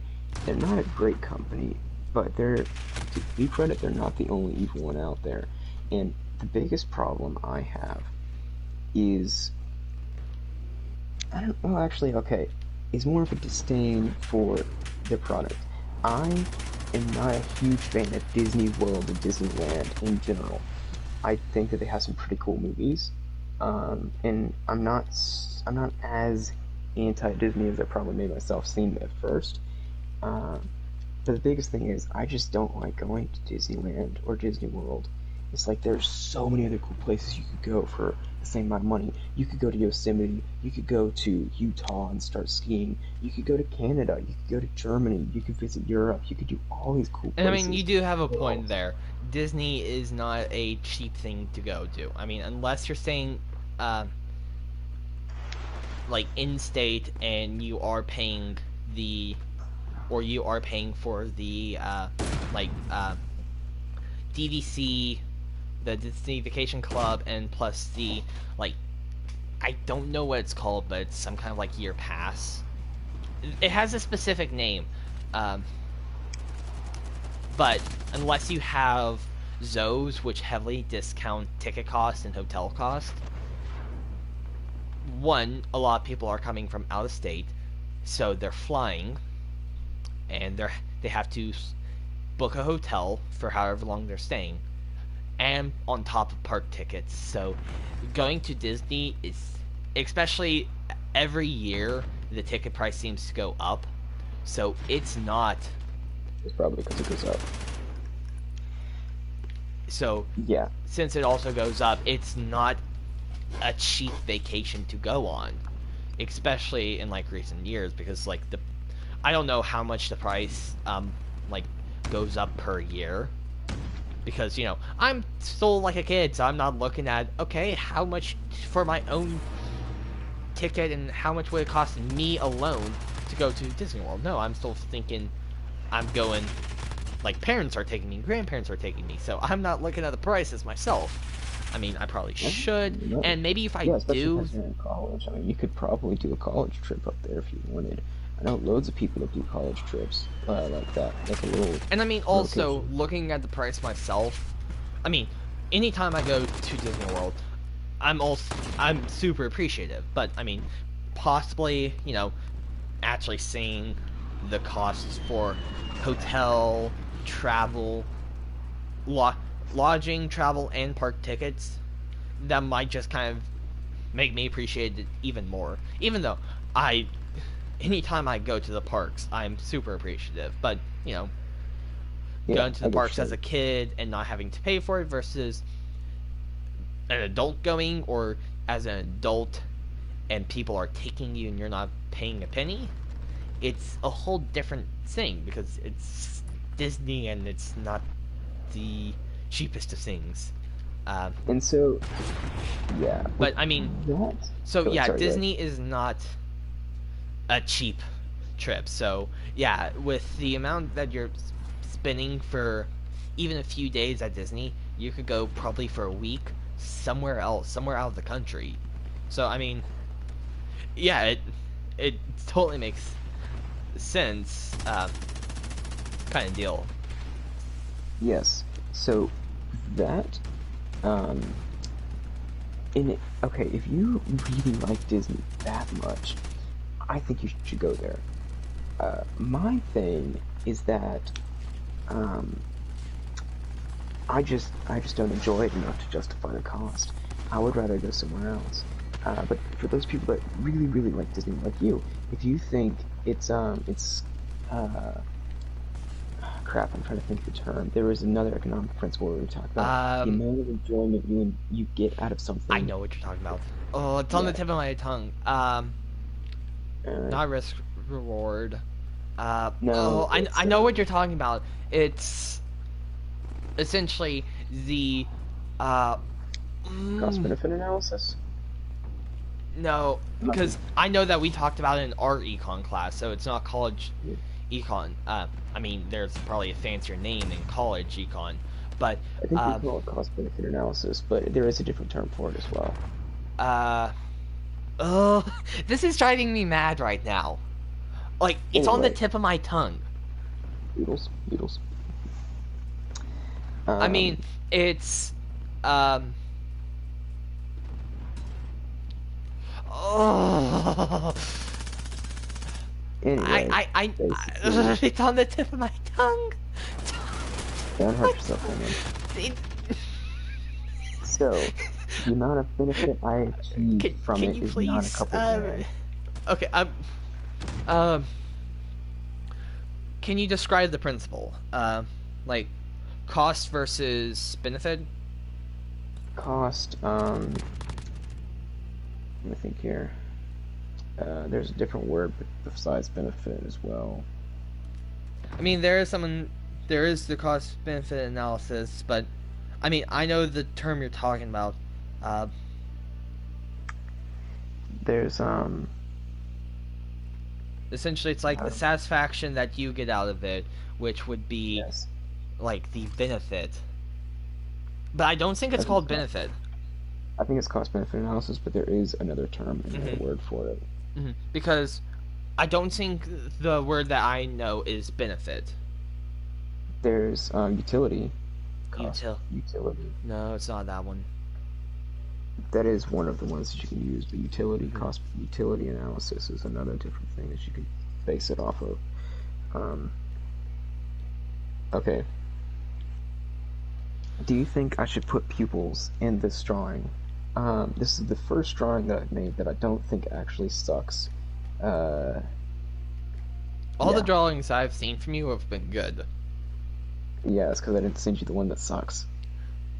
I mean, There's one that I did. also There was one that I there's did that was there like, was also whoa, some kind of what's that? study in like a college photography class, and there were two groups. One group where they're saying they were graded on the quality of the picture. Like, Hmm. okay, so by the end of the semester, you have to bring me one masterful picture that you took. And then the other class was quantity. And the best pictures actually came from the class on quantity. And so that can be Whatever. taken for art as well. It's not necessarily quality, but the more that you do it, Oh, because that's you're most not definitely really true. worried essentially on making it the best quality. You're just kind of focusing on putting out the most content. And so with putting out the most content, you can also get the most quality, So essentially. that's Netflix's Mentality when it strategy. comes to movies. Yes, basically they are throwing darts at a dartboard, and if they produce like 12, I don't know, it's a really crappy Netflix series. I don't know, 12 anime. You know what? I'm gonna do say live action Death Notes. Live action Death Notes was supposedly very bad. That's what I've heard from the reviews. I haven't actually seen it. I haven't Did seen other Death Netflix do Notes. the live action Last Airbender? No, but Who that is messed a that cinema. movie up? Who messed that movie up? That is the question. I want to say it was Nickelodeon, and for that Probably. they can be forgiven for their sins. But furthermore, if they produce 10 live action Death Notes and only get one uh, Stranger Things, that is a fantastic ratio. It is $13 billion, I think, roughly, that they're putting into just straight uh, marketing. Just, anybody who has an idea can make it and get a Netflix original. Just because it's like, if it ends up blowing up, it's going to be amazing. And they're willing to take risks because, worst case scenario, they have content that's just really crappy. And they were Yeah. already spending money on content that was really crappy. So I sent you a text of the picture. Okay. I'm trying to figure out whether or not I should put pupils Wrong one. in the eyes, or whether I should leave it the way it is. Eh, I don't know. I could see it going both ways. This is So, more of a cartoony uh, drawing, and so yeah. I mean, here's the thing. I don't really work with human subjects when I do art. Because there's just so much detail and like finite detail that humans have. Like, you're not just because you have to get the proportions of the face correct. You have to make sure the hair looks correct. You have to get the eyes proportionate. You have to make sure the eyes, nose, mouth, everything's proportionate. Everything's kind of placed correctly. And unless you're going for something that kind of looks like Frankenstein's monster or something like that, it's like a fine, like, you can, unless you're going for Picasso, you're gonna have to make sure it looks human and it follows symmetry and all, like, golden ratios and whatnot. So I tend not, I would like to do more human characters. And by human characters I mean humans, or essentially try to work on something that kind of looks like something that I could do for like a YouTube storytime animation. Even though I would like to do that, I'm probably never going to do that because I do not have any stories worth telling, and also I can't even do humans. So yeah, I don't even have a character. The closest character I have is my YouTube avatar, which is really just a penguin that I made in Google Paint. Oh, you Yeah. did that? Yeah, I made it through Google. That actually doesn't look that bad. I think I did it while at school, maybe. Years past. I just really combined a lot of the blocks together, overlapping and that kind of stuff. Plus, I probably used some, like, clear blocks, whatever, to block out other areas. I don't remember how I did it, but... No, wait, for the... What I'm thinking of is the stomach. The stomach's just a, just like the head, right? The body of it? Yeah. Okay, then, yeah, what I did is I just did a circle and a smaller block similar to the body, and then I did the same with the rest of the body. So that's how I did the stomach versus body. So yeah, I did that all through Google. So very, like, primitive tools. I can't draw anything. I'm literally just dragging blocks together. So... Hey, if it works, it works. So, I mean, that's the only character that I have. Well, actually, no, I think you should do what you want to do, so long as it's not communist. Oh, trust me, I don't want to do any furries. Yeah, good. Let's just say I hope you know that someone if you did pushed do me them, away from I that would a still long be time ago. Yeah, I would still be your friend, and I would still accept you, but I don't want to see them. That would be the exception to the deal we have going. You are required to post anything as long as I do art. Yeah, if you start I can get out the contract. You can get out of the contract as long as you only draw furry art, but then you're drawing furry art, so it's kind of a good point. sort of buddy. And I doubt. So it's not really worth it. Yeah, and I think some of the people in the group chat would be, say, interested in your work. What do you mean by that?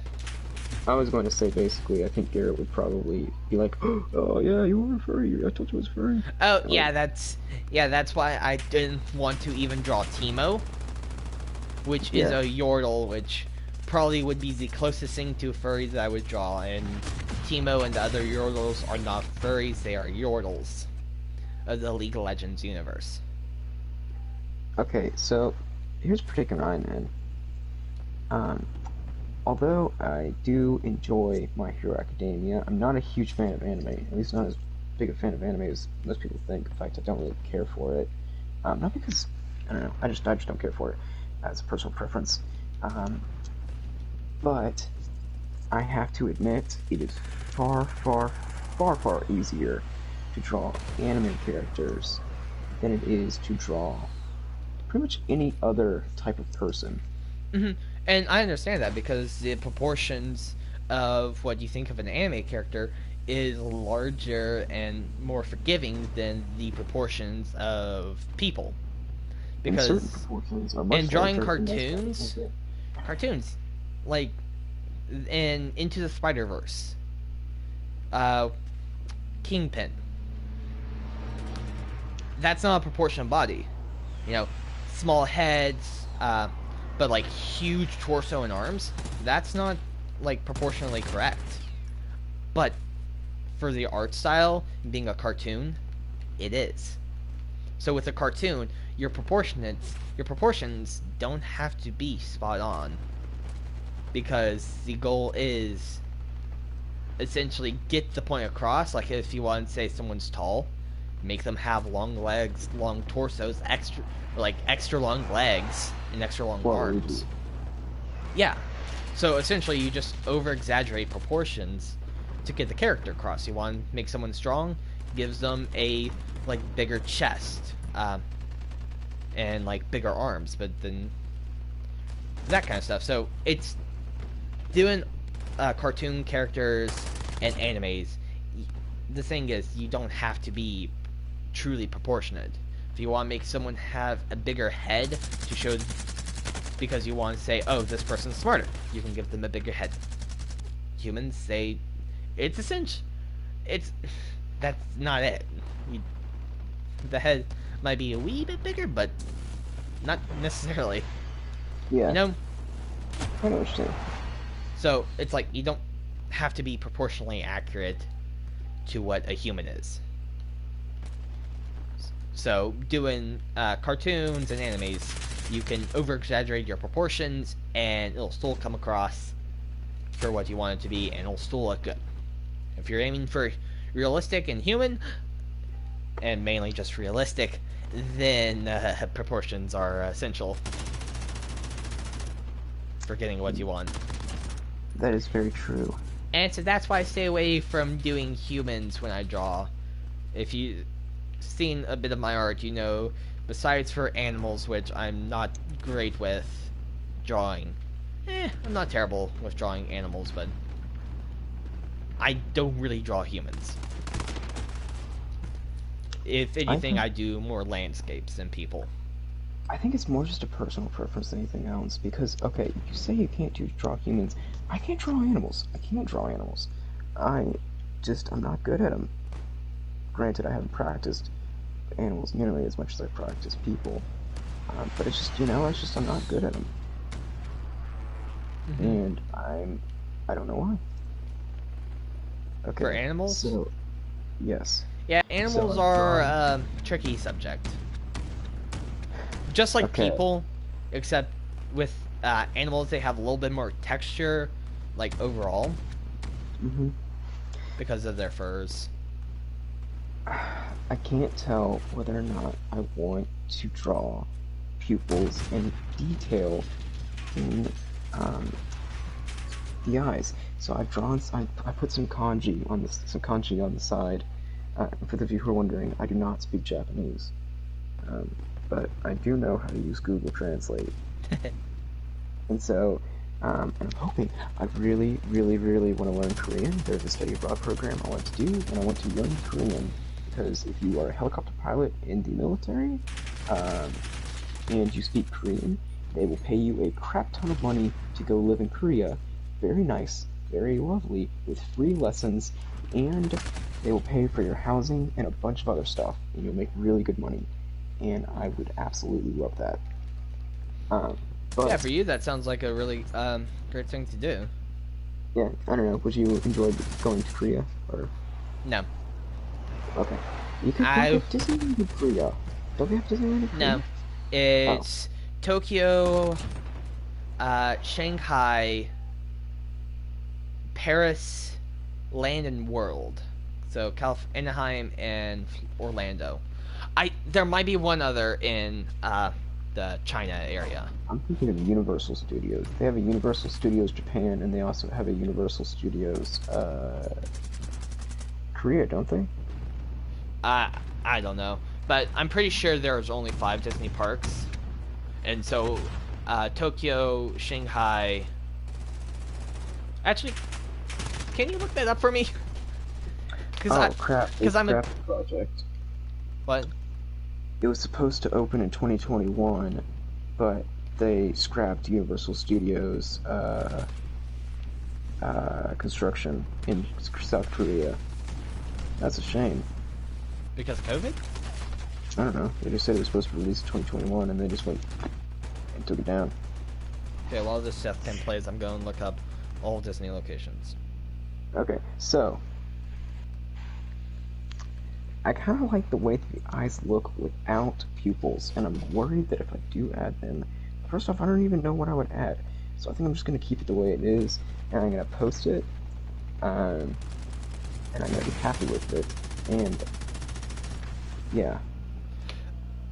Okay, so we have Disneyland Paris, Disney World, Disneyland Tokyo, which also has Disney Sea. We have Hong Kong, Disneyland Anaheim, and Shanghai. So I missed Hong Kong. That's the one I missed. Because other than that, I got them all right. Man, land in Hong Kong is insane. It's super expensive.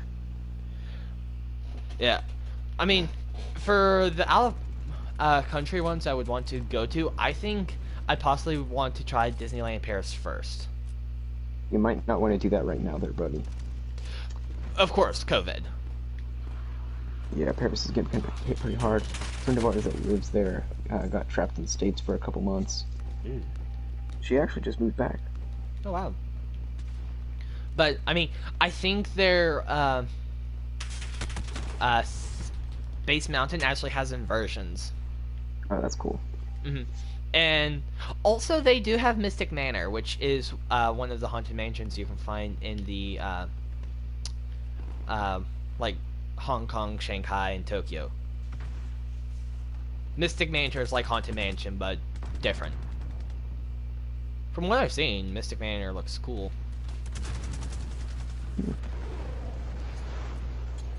Yeah, I don't like the way that yeah, I was trying to make them like the cheeks blush, but it didn't look the same way. So I'm gonna try and do some other stuff, and then I'm going to call it a day and post it on the art chat, and that way you will have to post another piece of art.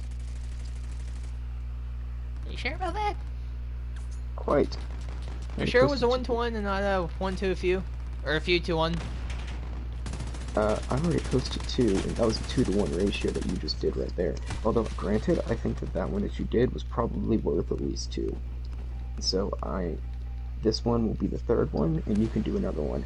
I think. You know, I'm not gonna argue with you. If you think that one was worth 2, then that one's worth 2. I could argue with you differently, but I'm not. Well, 2 or 3 at least. That one was worth definitely more than 1. Just because of the way it came out, I just think that sure, if you say so, buddy. It was a lot of work, and I think it was just wait. Are you saying you think it was worth more than 1, or are you saying you think it was worth more than 2? Sure. Wait, hold on. Are you saying you don't think it was worth more than 2? More than 1? I think it was worth less, just because how he did the color pencil. It didn't turn out how I wanted it to turn out, really. It still came out really well. I think it was definitely worth more than 1. I think it's worth at least 2. Using the colored pencils makes it look more childish, like a child did it. I think if I would have just kept only the lighthouse light being yellow and the only thing in color, I think it would have looked good.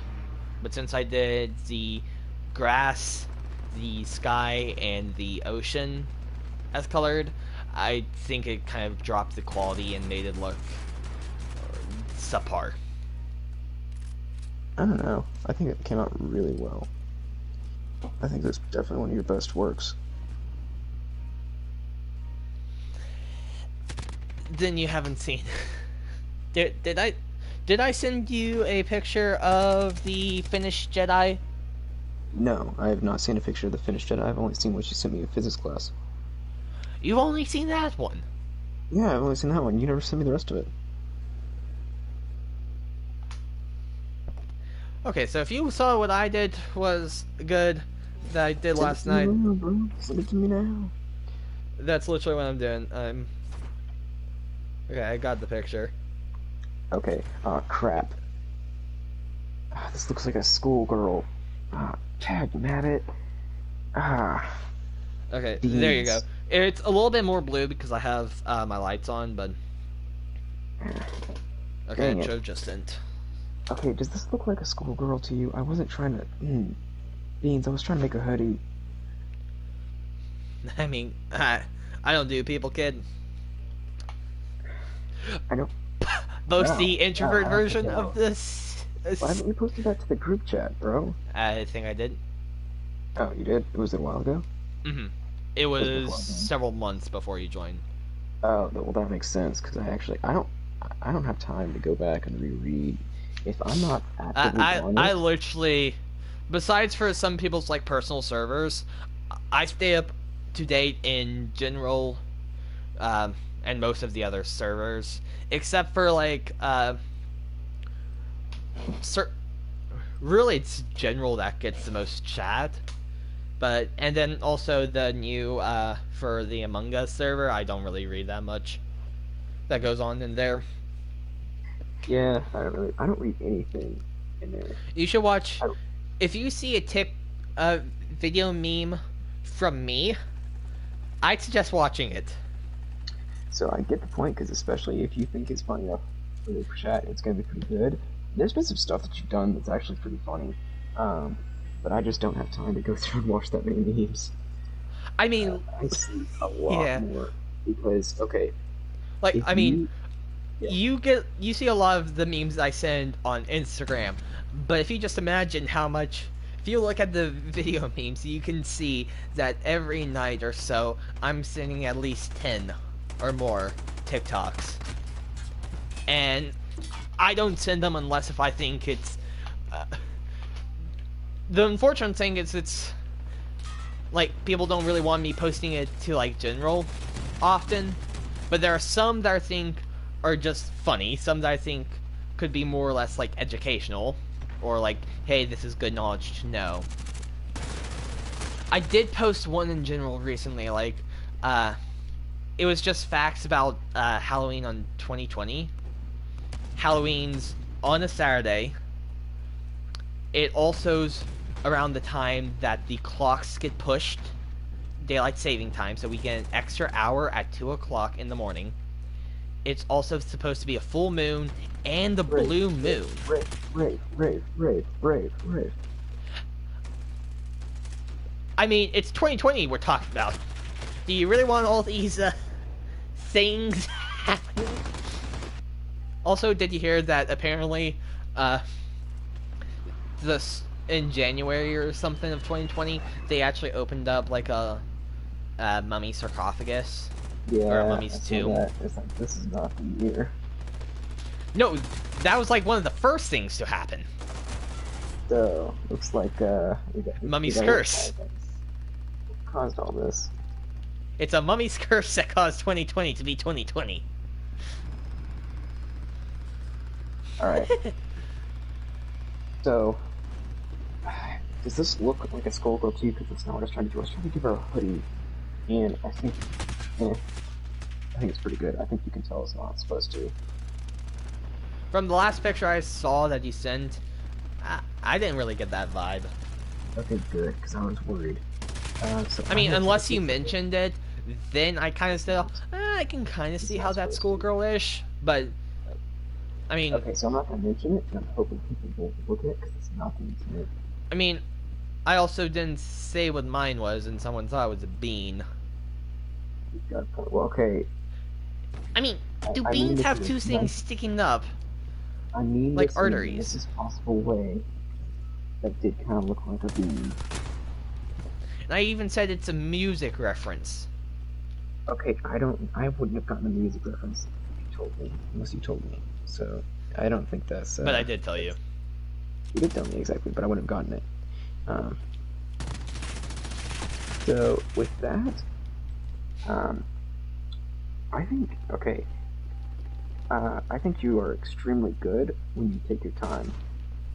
And like this is proof. This one that you just did is proof Lighthouse. because Yeah. yeah, because you took your time. And the Jedi is proof because you took your time, and it was just like wow. I mean, the Jedi was also for school.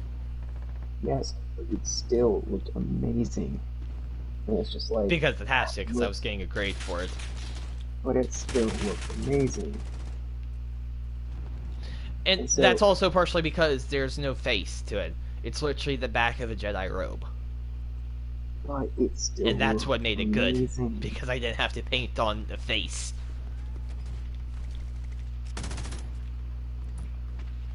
I think I'm getting better at drawing hair. But Yeah, from what I saw, it looked pretty good. hair was my biggest quarrel for a little bit, but now it's kind of my bread and butter because I've tried, like, just basically drawn it so much. So with that, I think, okay, I mean this in a nice thoughtful way. The beam post was probably not your best work,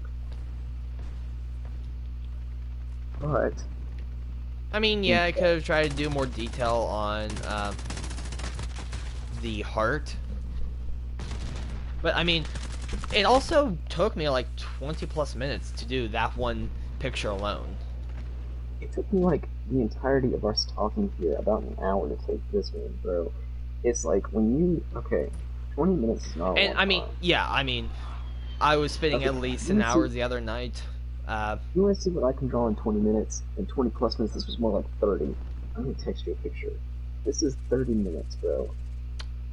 And it looks like absolute Are trash. sure you've been on for at least an hour with me, Yeah, if not more. I started this. This is 20 plus minutes. For reference, that's supposed to be jam. So that's 20 plus minutes. And then this is, that's ugly. This is a couple hours. So it's like there's a massive difference between, yeah, I've already sent it to you guys, but oh yeah, and for reference, not all of them come out the same. This was my first attempt, and it looks absolutely garbage. I mean, there is something about quality art does take time. Yes. And so, not all of them come out that good. Like the first picture that I sent you, and the third picture that I sent, oh, well, it's still sending. Basically, they don't look good. They're garbage. They are hot garbage. Also, And I'm so, pretty sure yeah. that the lighthouse one actually took me closer to 2 hours. If I'm not mistaken, I started it around like 10, and I didn't stop until like midnight. So it took me like 3 hours or 2 hours to draw. But, I mean, for part of that time, I was also trying to find a good selection of music to listen to kind of just vibe Yeah, out to. I've got your playlist, bro. It's fantastic. Well, I mean, it's also not just kind of one playlist fits all, because depending on what I want to draw and what mood I am in, the mood I am in affects the playlist, and the playlist affects what I draw almost. So it's like I have to find a playlist that fits the mood, and I have to find the mood that fits the playlist. And so it's like, so the just lots of different things combining to take a bit of time to find the correct song choices. And then eventually, after I got listened to Lighthouse or Leave a Light On enough, that is when I actually found a more generic playlist.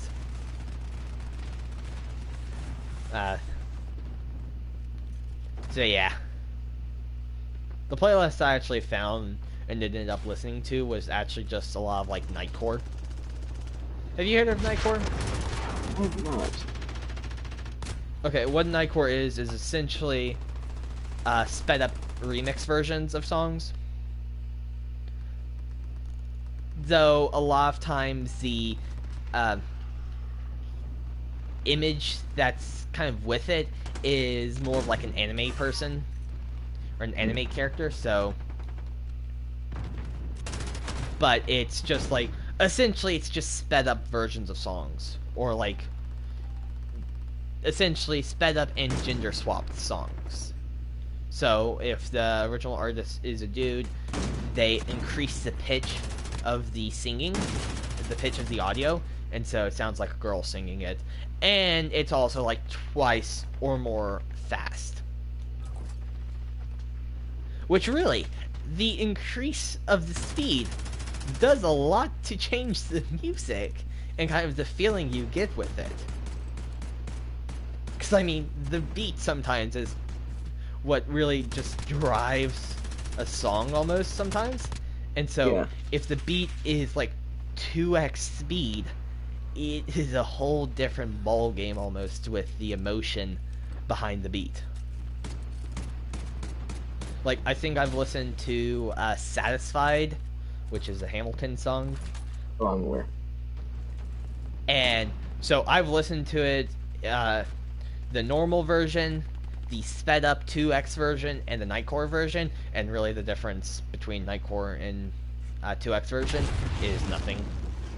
A very minor difference. Maybe a slight change of pitch, but really 2x in Nightcore is very similar.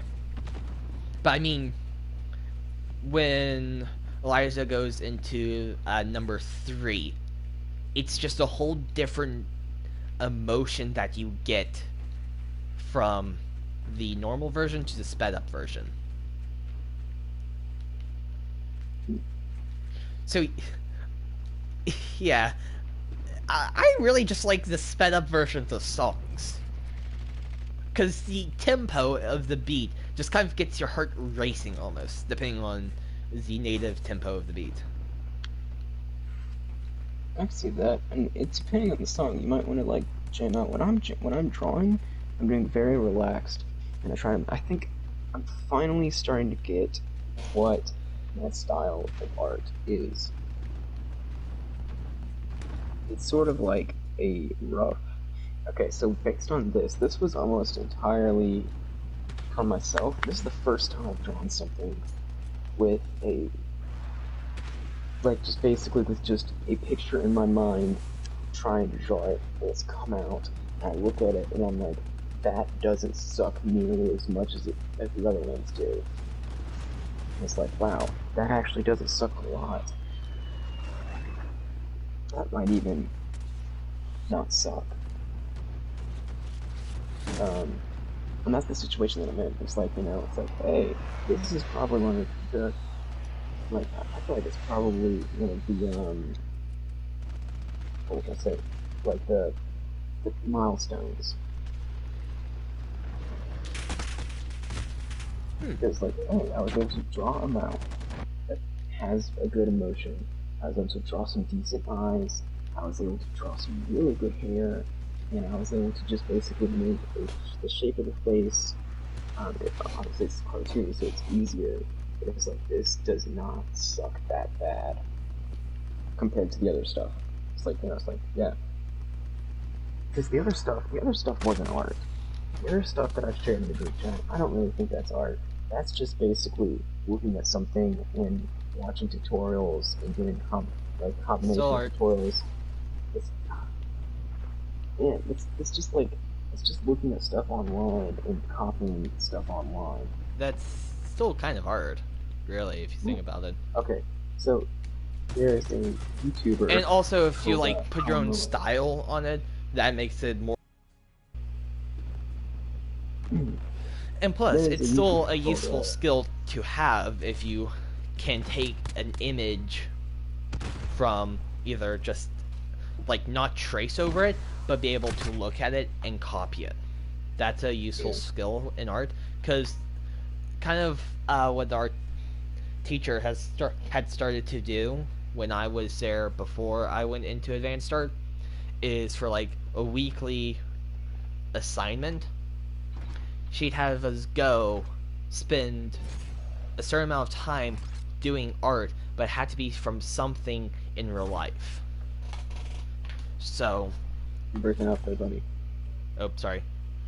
So what the art teacher did is she had us draw from real life for a certain amount of time. So I've drawn my coffee mug in front of me, I've drawn like one of my race medals, and like also she wanted you to spend a decent amount of time on it. It's not like, okay, I want it done.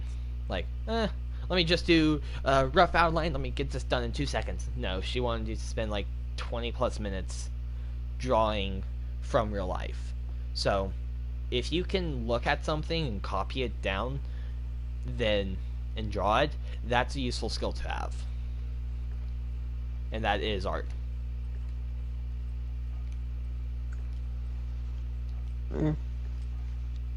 You're close.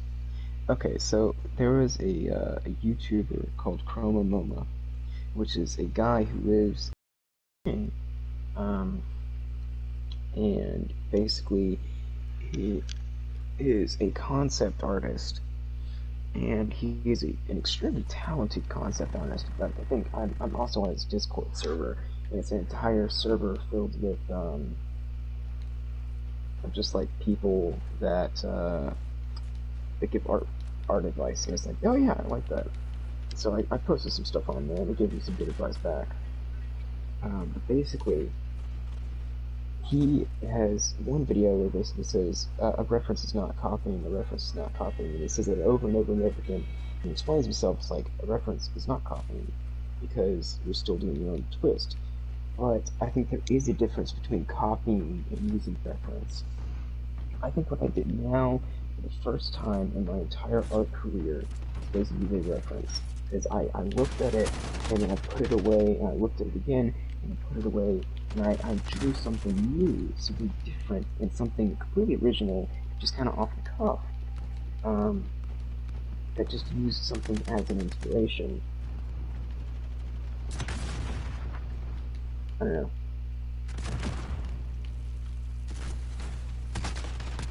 Yeah.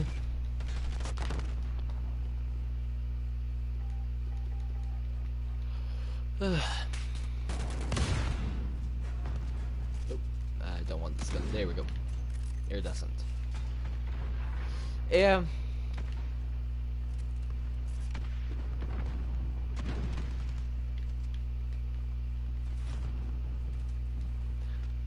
Also, I wanted to comment on something that you said previously, that when you draw, you like to kind of listen to calming music.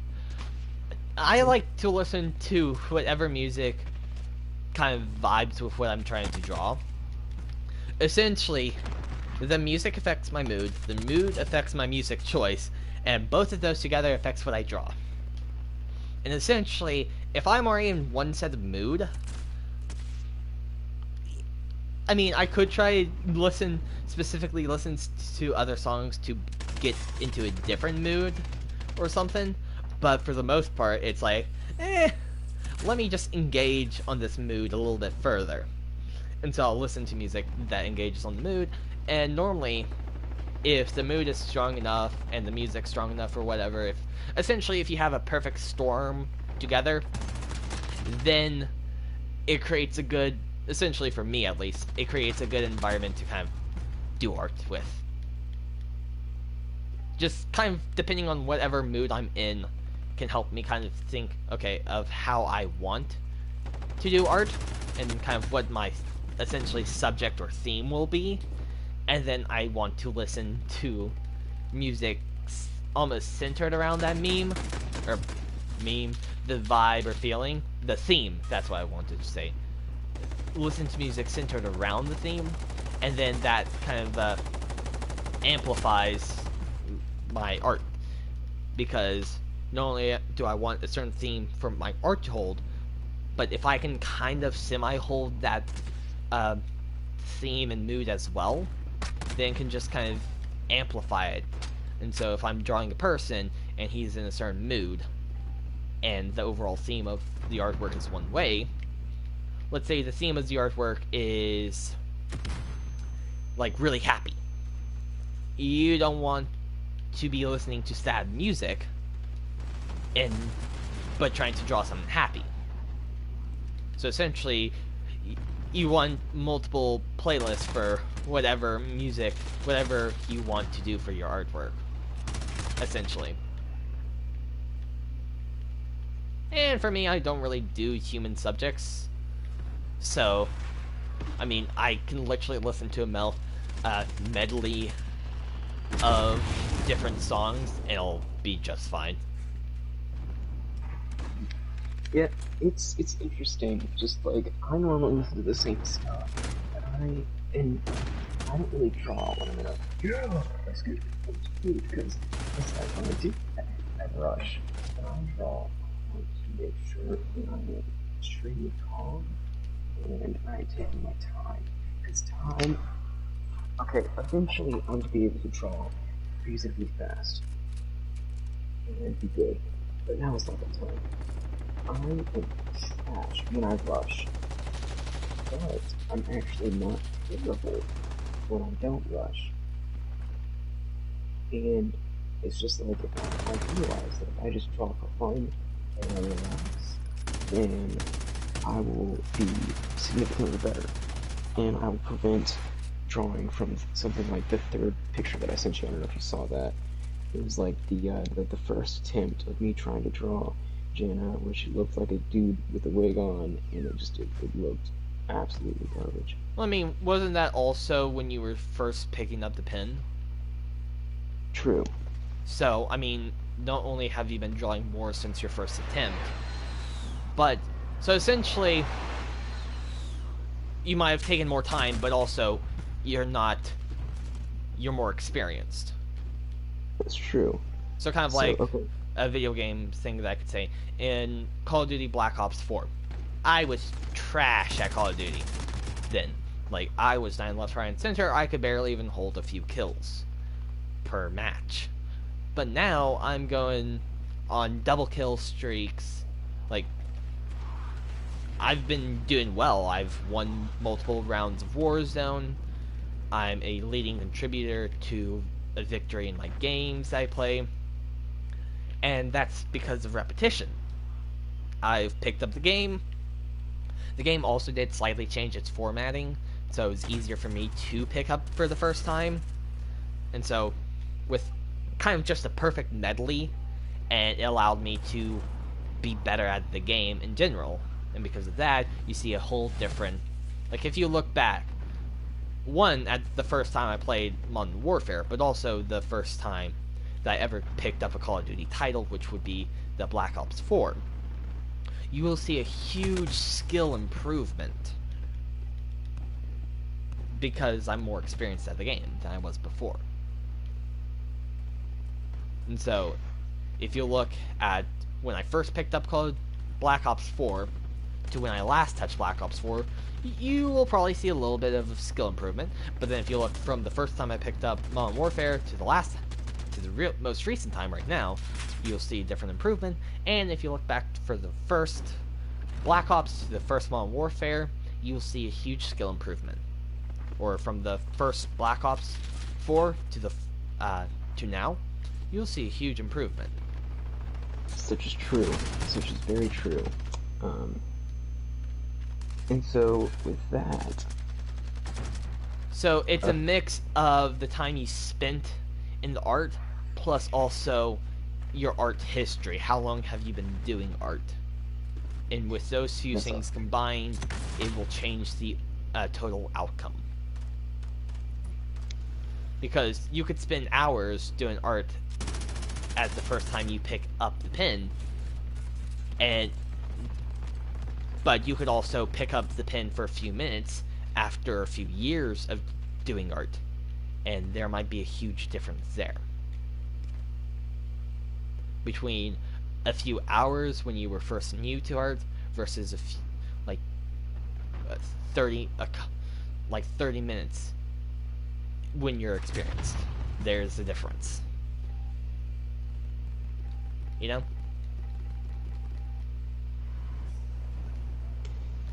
Did that make sense? Or it did actually make sense, absolutely. And so there's going to be an experience gap, and I think as I look back on my own work in the future, when I get better, it's going to be like, ooh, that didn't look good at all. But I also feel like I should be proud of my milestones, and I totally get where you're coming from. Yeah, you should be proud of your milestones. So, okay, so like the first time, and it also depends on what I'm trying to draw. Sometimes I tried, like tonight, I think I consider this an absolute win. Um, you know, it was like a meme. Anyway, basically, I consider this an absolute win because it, I drew something original that I'm like, wow, that did not suck. Because normally it's just like, whoa, that is bad. That is really bad. Oof, that's bad. Um, but this time it was like, that's passable. That's not terrible. Um, and I feel like it's because it's like I was trying to draw something and I was actually successful at drawing that thing. Like, okay, the first photo I just sent you is Anime Jaina. And the reason I drew that was because I really didn't know how to draw a smiley face. And I don't know how to draw other stuff. And it's like, crap, I don't know how to draw this stuff. And it doesn't look good. And so I did it because there's not a whole lot of detail. And yeah, the second time I drew it, the second one was more realistic. That one looks better because the hair is better. There's just more detail. It looks more realistic. It's not anime style. Um, and moreover, I also didn't draw a happy face on that because I'm still trying to figure out how to draw happy faces. That can also be apparent because the one that I just sent you tonight also isn't a happy face. It's kind of like a nervous face because I don't know how to draw smiley faces. I don't know how to draw happy faces. Um, and so, yeah, it's just like it's interesting how sometimes I'll want to draw something and I just won't be able to do it. And then some nights I'll want to draw something that's like, whoa, there was all this talent before. And then there's some, it's just, it varies. And I wish it didn't vary. Partially some creative block, maybe, Not even creative block. I or think it's just artistic because block. sometimes maybe I rush, sometimes my hand's shaky, maybe it's because I'm hungry. I don't really know what it is. But there are I times mean, that it's your just like, mood when you do art does kind of affect it. Like, kind of it does. It does. with video games, if you're in a meh mood, you might be playing worse. And there is actually, I don't know if it's real studies or like not official studies, but like in video games, it's a kind of term called like elo heck. You definitely see this more in like pro scenes, like in pro Overwatch scenes or like just competitive Overwatch. Uh, you'll have times where you're going on victory streaks, your spirits are high, and you feel like you're winning more games, but then you feel like you're losing every single game, and because of that, you play worse and you just lose more. With like the Battlefield game, um, because I mean, it can be pretty tough at times because they're huge maps, and if not all of the team plays together, it's like you have just your pack of people going out as a death squad, but then you're the only one playing point. We can't win because I don't have people helping me make us win. And so, it's kind of like that. Your mood affects your product. So if your product's video game, mood will affect your video game play. If your product is... I just got a triple kill wallbang. LMGs, am I right? That is absolutely true. I think it's just like, okay, so I was in a decently good mood, and I was not super tired as well tonight, so I think that might also have it. Sometimes when I'm fading fast in the night, it's like, ugh, I've got to wake up, and I'm so tired, and I just start messing up. And I think the fact that I was decently well rested is something that is like, oh, yeah, you know, it's like, it's good. Yeah, that can definitely affect it too.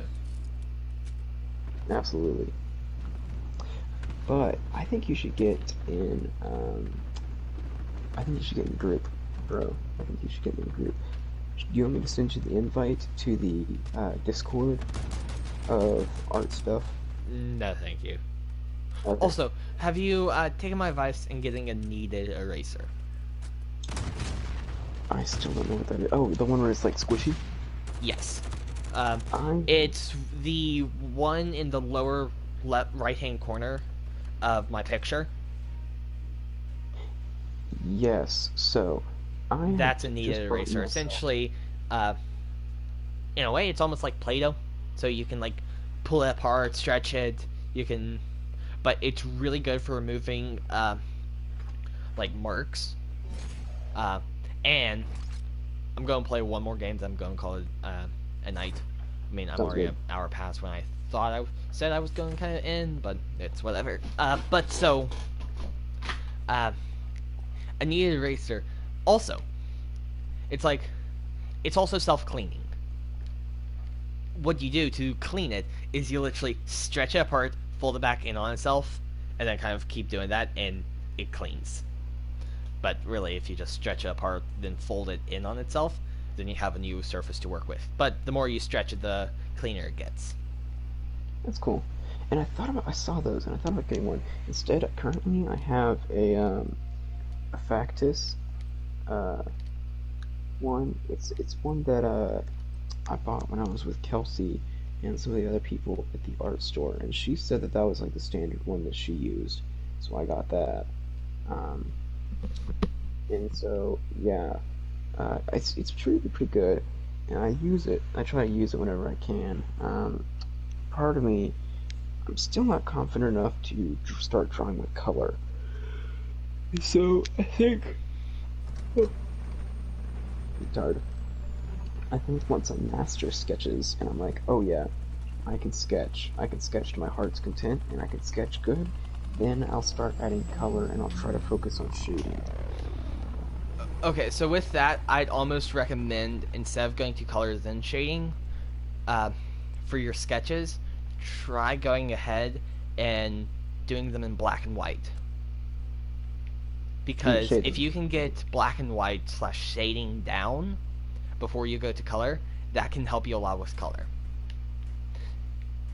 At least I'm pretty sure, because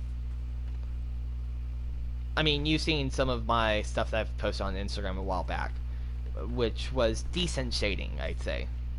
Um, but if you can do shading good, you kind of understand colors better, because it's like shading, Yes. you want to make sure, like, because with colors you can just put two different colors together beside each other, and you can definitely tell there's a difference.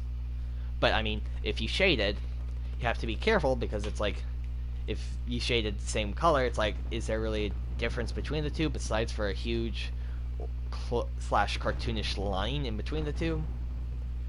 That's So very true. so if you can do So shading good, you can start, and you'd have a good lead for coloring. yeah, when I was saying like shading, I was meaning like color shading. Of course, I'm gonna try and get like sketch shading and black and white shading. Um, Yeah, like originally my painting, the picture that I did the other night, was going to be black and white except for the lighthouse light. That was going to be the only thing in color. But then I decided not to. hmm, So like I did the sky was actually relatively light for a night sky that I wanted, but and the ocean was darker, and then the kind of lighthouse hill was kind of medium grade. hmm. And the lighthouse itself, the roof of the lighthouse house and the tower itself were both darker, and then the buildings were relatively light. You ever think about destroying some of your art? I have, Yeah, I know. It's kind but of I mean, those were basic sketches, and yes. So here's the predicament that I'm in right now. I unknowingly drew the one that I really, really like on the back of one that I absolutely hate, and was actually thinking of getting rid of. So it's like crap. well, so what you could do for that is, since it's back to back, like you could first remove the. So if you've done with just pencil, then you can erase the one that you don't like, That's true. and then you don't have to throw away the paper. that is actually a really good point. I could just erase the one that I don't like, and then reuse the paper, maybe even. Um, yeah, I'm gonna erase this, because I really don't like the way it turned out, and I don't like, yeah, I just don't like it. Um, and I have a decent eraser that'll help it. Oh yeah, that works so much better. I did use pencil. Thank you for that information. Welcome. I've never considered it. Yep, just like that, it never happened. What? I didn't mess up. What are you talking about? As long as it's not indented too hard. No, I tried to draw really light. I kind of drew a little bit harder tonight, and toward the end of it, I drew it lighter. But I try to draw really light so that way I can erase it and basically go over it or do whatever I want, and not be super crazy. So, but back to YouTubers. One of the ones that I am following right now is of course you, but the guy Cronoma, I heavily advise you follow him. He's got some pretty cool art advice, and his videos are really cool. They're short, and I don't know, it's just I don't know how to describe it. It's like if you watch them, it's just like, wow, this guy is a good artist. Like, have you ever seen somebody draw and some of the stuff that they've done, and it's just like, whoa, like, holy crap, that is insane. I can only imagine how many hours per day that they spent doing this. He's a concept artist as well. Concept so artist is cool. Yeah, concept art is really cool. It's just like, whoa. But this guy's like, if you look at his sketchbook, like he did one where he had an entire sketchbook filled and he tried to fill it within 12 hours. He ended up going over to 16, but it was just like every single page, even though he was just trying to get it over with, he still just knocked each and every single one of them out of the park. Have you ever seen Cal Art sketchbooks? Cal? Cal Art. It's a college, and basically, it's like people, what they'll do is they'll basically make a resume, but instead of doing a resume, they make these sketchbooks, that are not so much sketchbooks. It's like, oh yeah, I'll make a sketchbook to A portfolio? practice.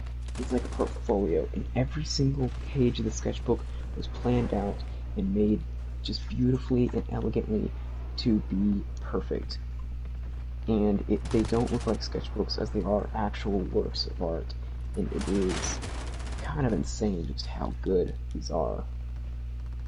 While I may not have heard the exact college version, I kind of understand what you're talking about. Yes, absolutely. And it is like, whoa.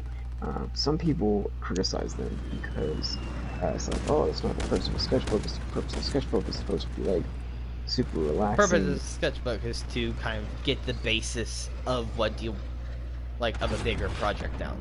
Yes. Actually, that's debatable because, like you said, these people they do it because it's like it for them. It's their portfolio. Yes. For an average artist, it's kind of working on their talent. But for these people, this is my resume to art. Here's my exact portfolio in one simple book, easy to digest. Yeah, I sent a video of this guy's sketchbook, and his basically he went over his opinion on it, but it's just like as he flipped through the book, it's just kind of insane. It's just like you look at it, and it's like, wow, somebody drew that. Somebody did that. It's just like, it's like, okay, I know where all the talent in the universe is going to. This guy right here is like, these people right over here. Yep. It's a good thing it's not a finite resource because they would have nothing on it. And that's I feel the same way sometimes about like people in our group chat where it's just like when you're looking through the art, minus the free art, I try to avoid that. Yeah. It's just like, dang, there's a really good piece of art. And sometimes I do have to admit, although I do not like the free art, the actual talent and like the shading of it is impressive. The artistic talent is impressive. It's a shame that it's going toward that, but it's still like, wow, that is really well done.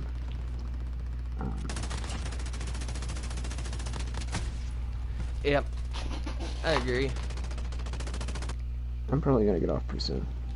Yeah, my team's kind of getting smoked right now. We've only been Yeah. able to hold on to one flag, and there are 5 flags on this point, or on the match, so every time there's a point tick, they get 4 points to our 1.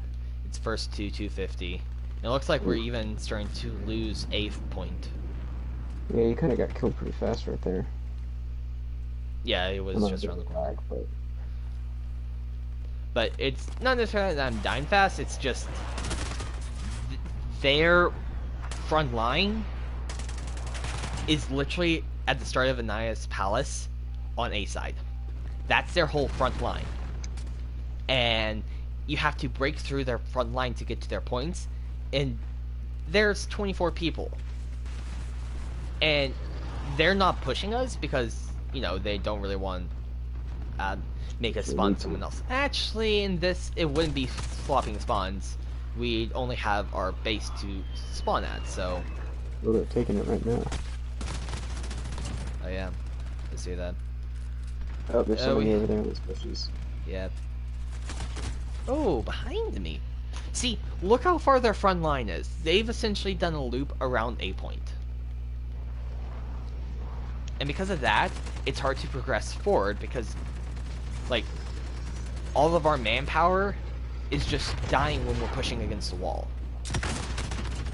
Watch out, there's somebody behind you. There was? I thought so. Somebody just killed somebody behind you. Yep, there he is. I can't tell what life you're watching now. Did they just deathcon us? Yes. They just could be. Okay. I am on a bit of delay. Yeah, it's a 5-10 second-ish delay. But we just broke through to B, but we lost A. So we did good, but at what cost? But now if we... The thing is, they are... Let's round up. No, that is 25 plus 3. That is 28 points. Never mind, that's even less now. 24 points. They only need 24 point ticks to win. Yeah. Meaning they have 4 point ticks, so they only need 6 times of the points to tick. We need 200. So to say that we lost is an understatement. We'd literally need deathcon them right now, or someone on our team going on a 30-player kill streak. Someone on the enemy team has 50 kills. Wow. Okay, we lost. Yep. But it's final game. Yeah, this is final game. It was fun. I enjoyed it because I was able to draw. Stayed up later than I anticipated, but I still like to draw and talk. Yep. I'll also be streaming tomorrow night as well. I do not know. Wait, what's tomorrow? Thursday. I could probably stream it. Well, no, I have to wake up at 4 in the morning. Oof. Yeah, I'm streaming from now, tomorrow night, Friday night, and Saturday night, as long as nothing affects that. Which nothing should. I might be able to stream Saturday night. Probably won't be able to stream tomorrow night or Friday night because I have drills. But yeah, I mean that's pretty much it. Yeah, I imagine that's pretty much it. I'm gonna go and log off. Okay.